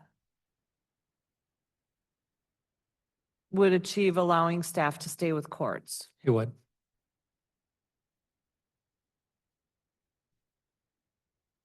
Okay, any further discussion?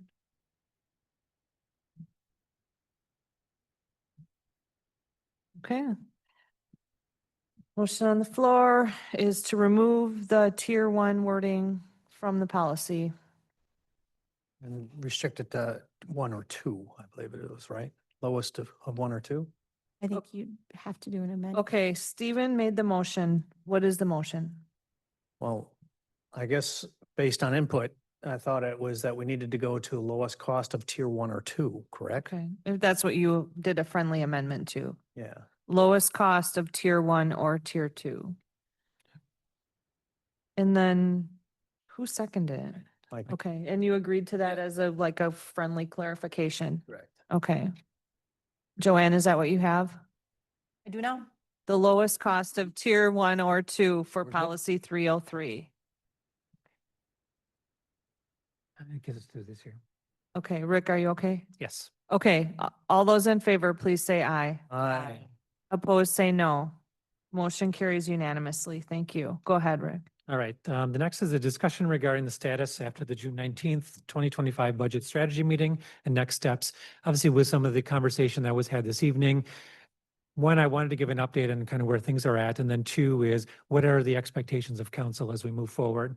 As you may recall, the June 19th meeting, I talked a lot about we need to revisit this conversation on a regular basis to make sure that we continue establishing the plan moving forward.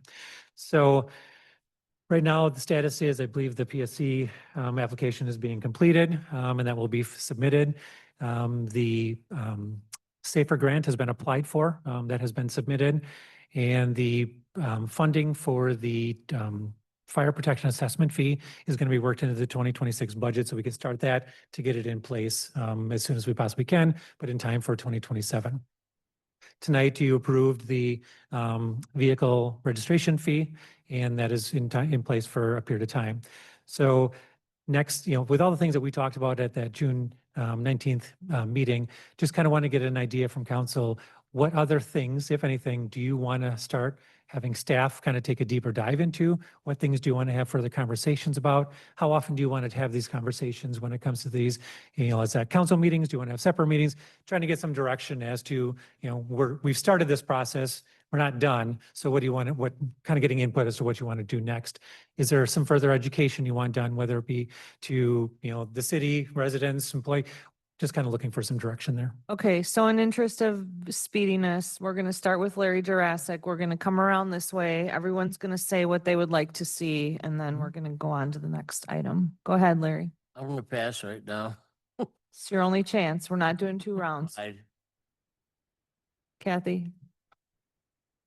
I don't have any ideas right at the moment. I mean, I just would like to be in the conversation. I know we had that great think tank, which was awesome with all the department heads and like Stephen and the other people. But just to keep those ideas flowing to us is something I would want. Okay. I guess I don't have a specific time of that, but Yeah. I think with the reval coming, I think we should have a session for everyone to talk about what that means. What the reval means, what the legal requirements are, so we can make sure that people, when the community is contacting them, that they can talk about that and that they understand the mill rate. how Sure. The mill rate is affected by their homes being reevaluated. So more of a, maybe an education piece, a Educational. special type of meeting. Yeah. I think the letters are going out already, if I remember correctly. Yeah, the letters are out, Yep, but mhm. I mean, this is gonna be ongoing. Sure. Sabrina? Go ahead, Joanne. The assessment letters go out July 17th. Oh, They the haven't been- assessment letter. I meant the water bill. Yep, the water bill notice, they've received that, but their actual assessment values, they'll be receiving approximately July 17th. Okay. Jim? Well, I'd just like to see the city meet its obligations. Okay. Alder Wolf? So we are we're at 9C right now, right? Yes, correct. Okay. I wholeheartedly agree with Alder Milky that, and I'll rephrase it for my own purposes, that I'd rather for us to be the first to know, not the last to know.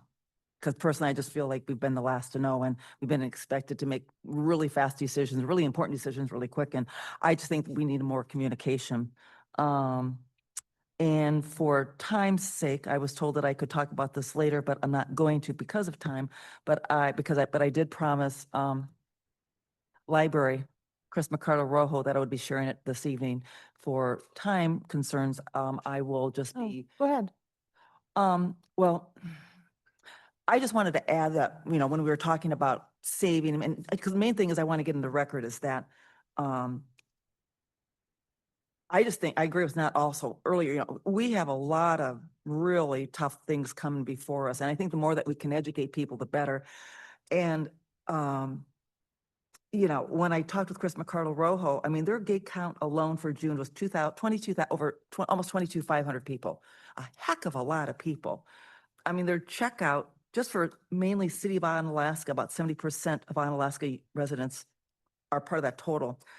Just for January through June, they checked out over 15,000 items. Doesn't even count anything digital, which she couldn't put the number on. And January, when we talk about library maybe being on the Cunning Block eventually, whenever.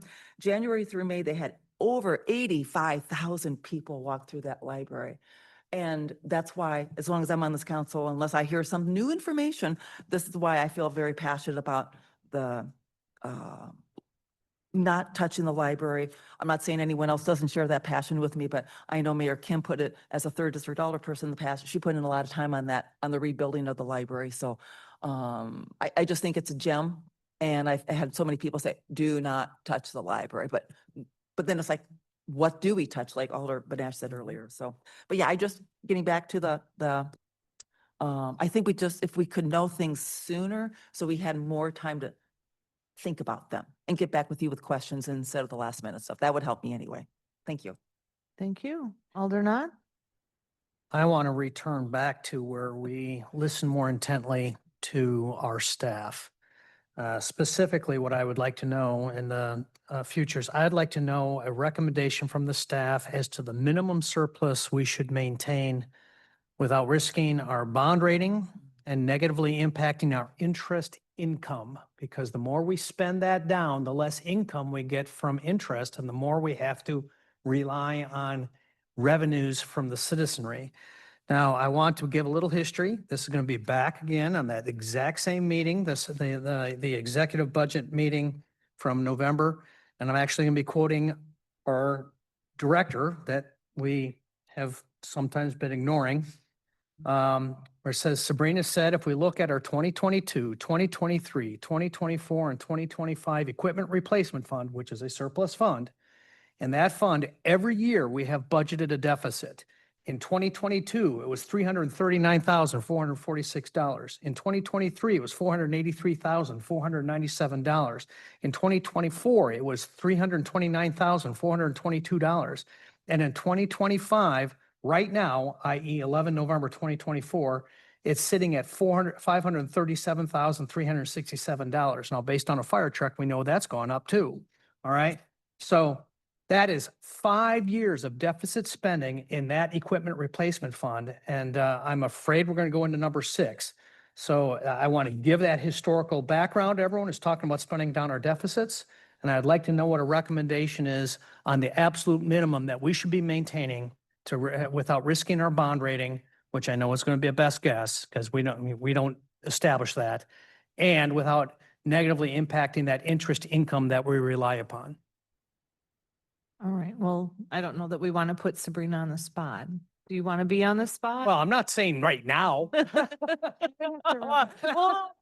saying it, I was like, oh my gosh. Well, it's for, I think, Yeah. all of our benefit. Right, right. Yeah. I would definitely have Yeah. to If run. that, some if that numbers. bond rating. He wants there to be more in those accounts. I Yeah. can tell you that. Well, yeah, and we need to listen, because if our bond rating goes down, we pay more interest and suddenly our entire budget has to be relooked again with substantial impact. Right. Okay. Do you want to say something, Sabrina? Go ahead. I think the main point I was trying to get across in that meeting is, we budget conservatively for revenues so we can transfer money to equipment replacement. Like that's been how the city has operated for the 40 years prior to me coming to the city. And that's how I've been trying to continue to operate my 4 years here, is that we budget conservatively on revenues so we don't put ourselves in a hole, and then are able to transfer money to that equipment replacement fund. So I'll leave it at that. But I can definitely run some numbers to let you know. Interest income is doing great right now. Our money market accounts, even just in a savings account outside of what we've invested in Dana Investments, is getting 4.5%. That was not the case in 2021 when I started here and we budgeted $50,000 in interest income. So that's just the cautionary of like, times are really good right now for interest, but there may be a time when they're not. We can't count on that money. Count on that. Right. Count on. So that's why I'm, $0 earn zero interest. right. We did set a policy or something. Correct. Remember, we talked about what was that magic number? It was 60%. Yeah, we did set a policy. I think it's always good to talk about, continue to talk about. And my own concern with that, having a higher number, you know, I'd like to save money, is if we ever have to go to referendum, I think we run the risk, I know I won't be able to explain my constituents, and I can explain anything to them. I don't know how I justify possibly going to referendum if we are sitting on such a large, but I support having a large event.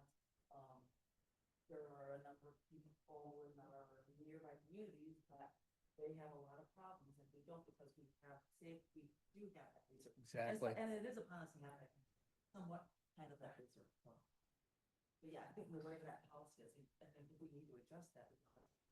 Okay, do any staff want to recommend anything that you think we should be talking about that would help, especially when we see like, even in the public comment, we could see a lot of things where the public, even with the news, which we tried to be transparent when we were talking to the news, and still the public had the wrong information.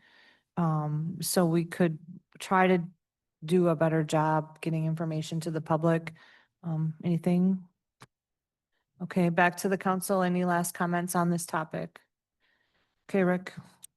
The other one was just in regards to I mentioned this at our last meeting about the 175th anniversary. I wanted to bring it up again because if there are things that are maybe we want to plan for next year, is there something we need to budget for when it comes to any activities, any items, whatever the case might be?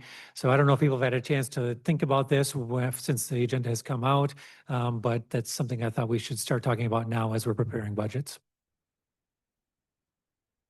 I don't know what has been done in the past. I don't know who's been around in past times when there's been a significant anniversary. So I don't know what has been done Well, in the past. I can remember in 19, We had one back in the whatever. remember when it was the bicentennial wagon train came through? Oh, that was the nation's though. Yeah, we had something, because I remember I was on Perch PTA president at that time, and the city asked us, because we had a bingo license, Quest and you guys did not want to, yes. And they yes. painted the mural in the Centennial. They painted the mural in the Omni Center. Yeah. We've been here too long. Well, But we were asked. to go Amanda? ahead And put on bingo at the shelter. no, okay, Amanda? Would we want to put together like a work group for this? Yes. Yeah, let's do it. Stephen? I'd like that work group to combine it because in addition to Onalaska's 175th anniversary, the same year, we have the semi-quincentennial of the nation. And I had to look that up, make sure I got it right. How many years is that? 250. It's our 250th anniversary next year as a nation. So that, Coincides yeah, With the 175th. maybe we could recreate that bicentennial. Except for now it'd be the semi-quincentennial. Oh my God. You can say sesquicentennial, that's it. So, but yes, I think we should have a work group that looks at doing them both instead of two. Okay, having so stand- how many counselors could we have on that without it causing a problem? Probably 2. Okay, 2 counselors. So if you're a counselor and you want to be on that, pitch why you need to be on that to Rick. And Rick can decide who's going to be on that. Have the council. be Because on it's under Rick's agenda there, under his report. So if you want to be on it, you need to talk to Rick. Yes. Go ahead. Well, as we heard this evening, people were complaining about the $25 increase. Now we're talking about spending money for 175th anniversary. How are you going to justify that? And that's the thing. And I'm all for it, but I remember when I was working, they say, okay, you can do a lot of things, but you don't get any money for it. How can we improve what you're doing, but we're not going to give you anything to do it? How can we make you happier without giving you anything, any money? So I think it's a great idea, 105th anniversary, but under these present circumstances, you know, are we going to put, make a motion to, hey, we're not going to spend more than $7,500? Somebody's going to complain about it. You just raised our taxes. So whatever you do, keep in mind, what are you going to spend? Sure. No, What and I they did can think, raise. I did think about that because of the conversations that we're currently having as well too. I just didn't feel like it was in my purview to make that call as to whether or not we do any particular activities. And so that's why I was looking for input from council on how to proceed. Okay, go ahead, Kathy. I honestly think that we could potentially look into ideas of making it a somewhat not necessarily revenue generating, but maybe so it pays for itself somehow. It'd be something to discuss during the work group. I think it's feasible between entry fee or something like that for whatever the event is, combined with looking for Corporate sorry? donations, maybe. sponsor, yeah, looking Yeah, for sponsors. sponsors. Yeah. Mhm. Okay, to be discussed further by that work group. Let Rick know. Go ahead, Rick. I think those are all my you're items. Next. Done. Okay, item 11. Are we ready for item 11? So Anything before I say it? Okay, here I go. Discussion and possible action on the 2025 OPPA and the SWORD contract negotiations. The Common Council may convene in closed session under section 1985 1E of the Wisconsin statutes for the purpose of deliberating or negotiating the purchase of public properties, the investing of public funds, or the conducting of other specified public business whenever competitive or bargaining reasons require a closed session. The council may reconvene in open session to take the necessary action or to continue on with the printed agenda. Do we have a motion to go into closed session? So moved. Is there a second? Second. Okay, we have a motion by Stephen Knott. It's been seconded by Mike Milky. Oh, Amanda. I just, before we. Oh, we vote- have to discuss it first. Okay. Yeah, I just wanted to go over, Okay, so can we do that with having the motion on the floor? Yeah. Okay. Okay. So this is just going to be a discussion of sort of an update of where we're at. So we did meet again. We met with both actually OPPA a second time to discuss a few details. And then we also had our initial meeting with SWORD regarding their contract. And so we're going to go into closed session to give you sort of updates on where those contract negotiations are and to talk about a few specifics related to those. And since they are still active negotiations, it would be pertinent to still go into closed session. Okay, thank you for that description. Joanne will call the roll call. We always do a roll call when we're going into closed session. I vote puts us in closed session. Diane Wolf. Aye. Kathy Lohendorf. Aye. Stephen Knott. Aye. Jim Benash. Aye. Larry Jurassic. Aye. Mike Milky. Aye. We are in closed session. The time is now 11:10 PM.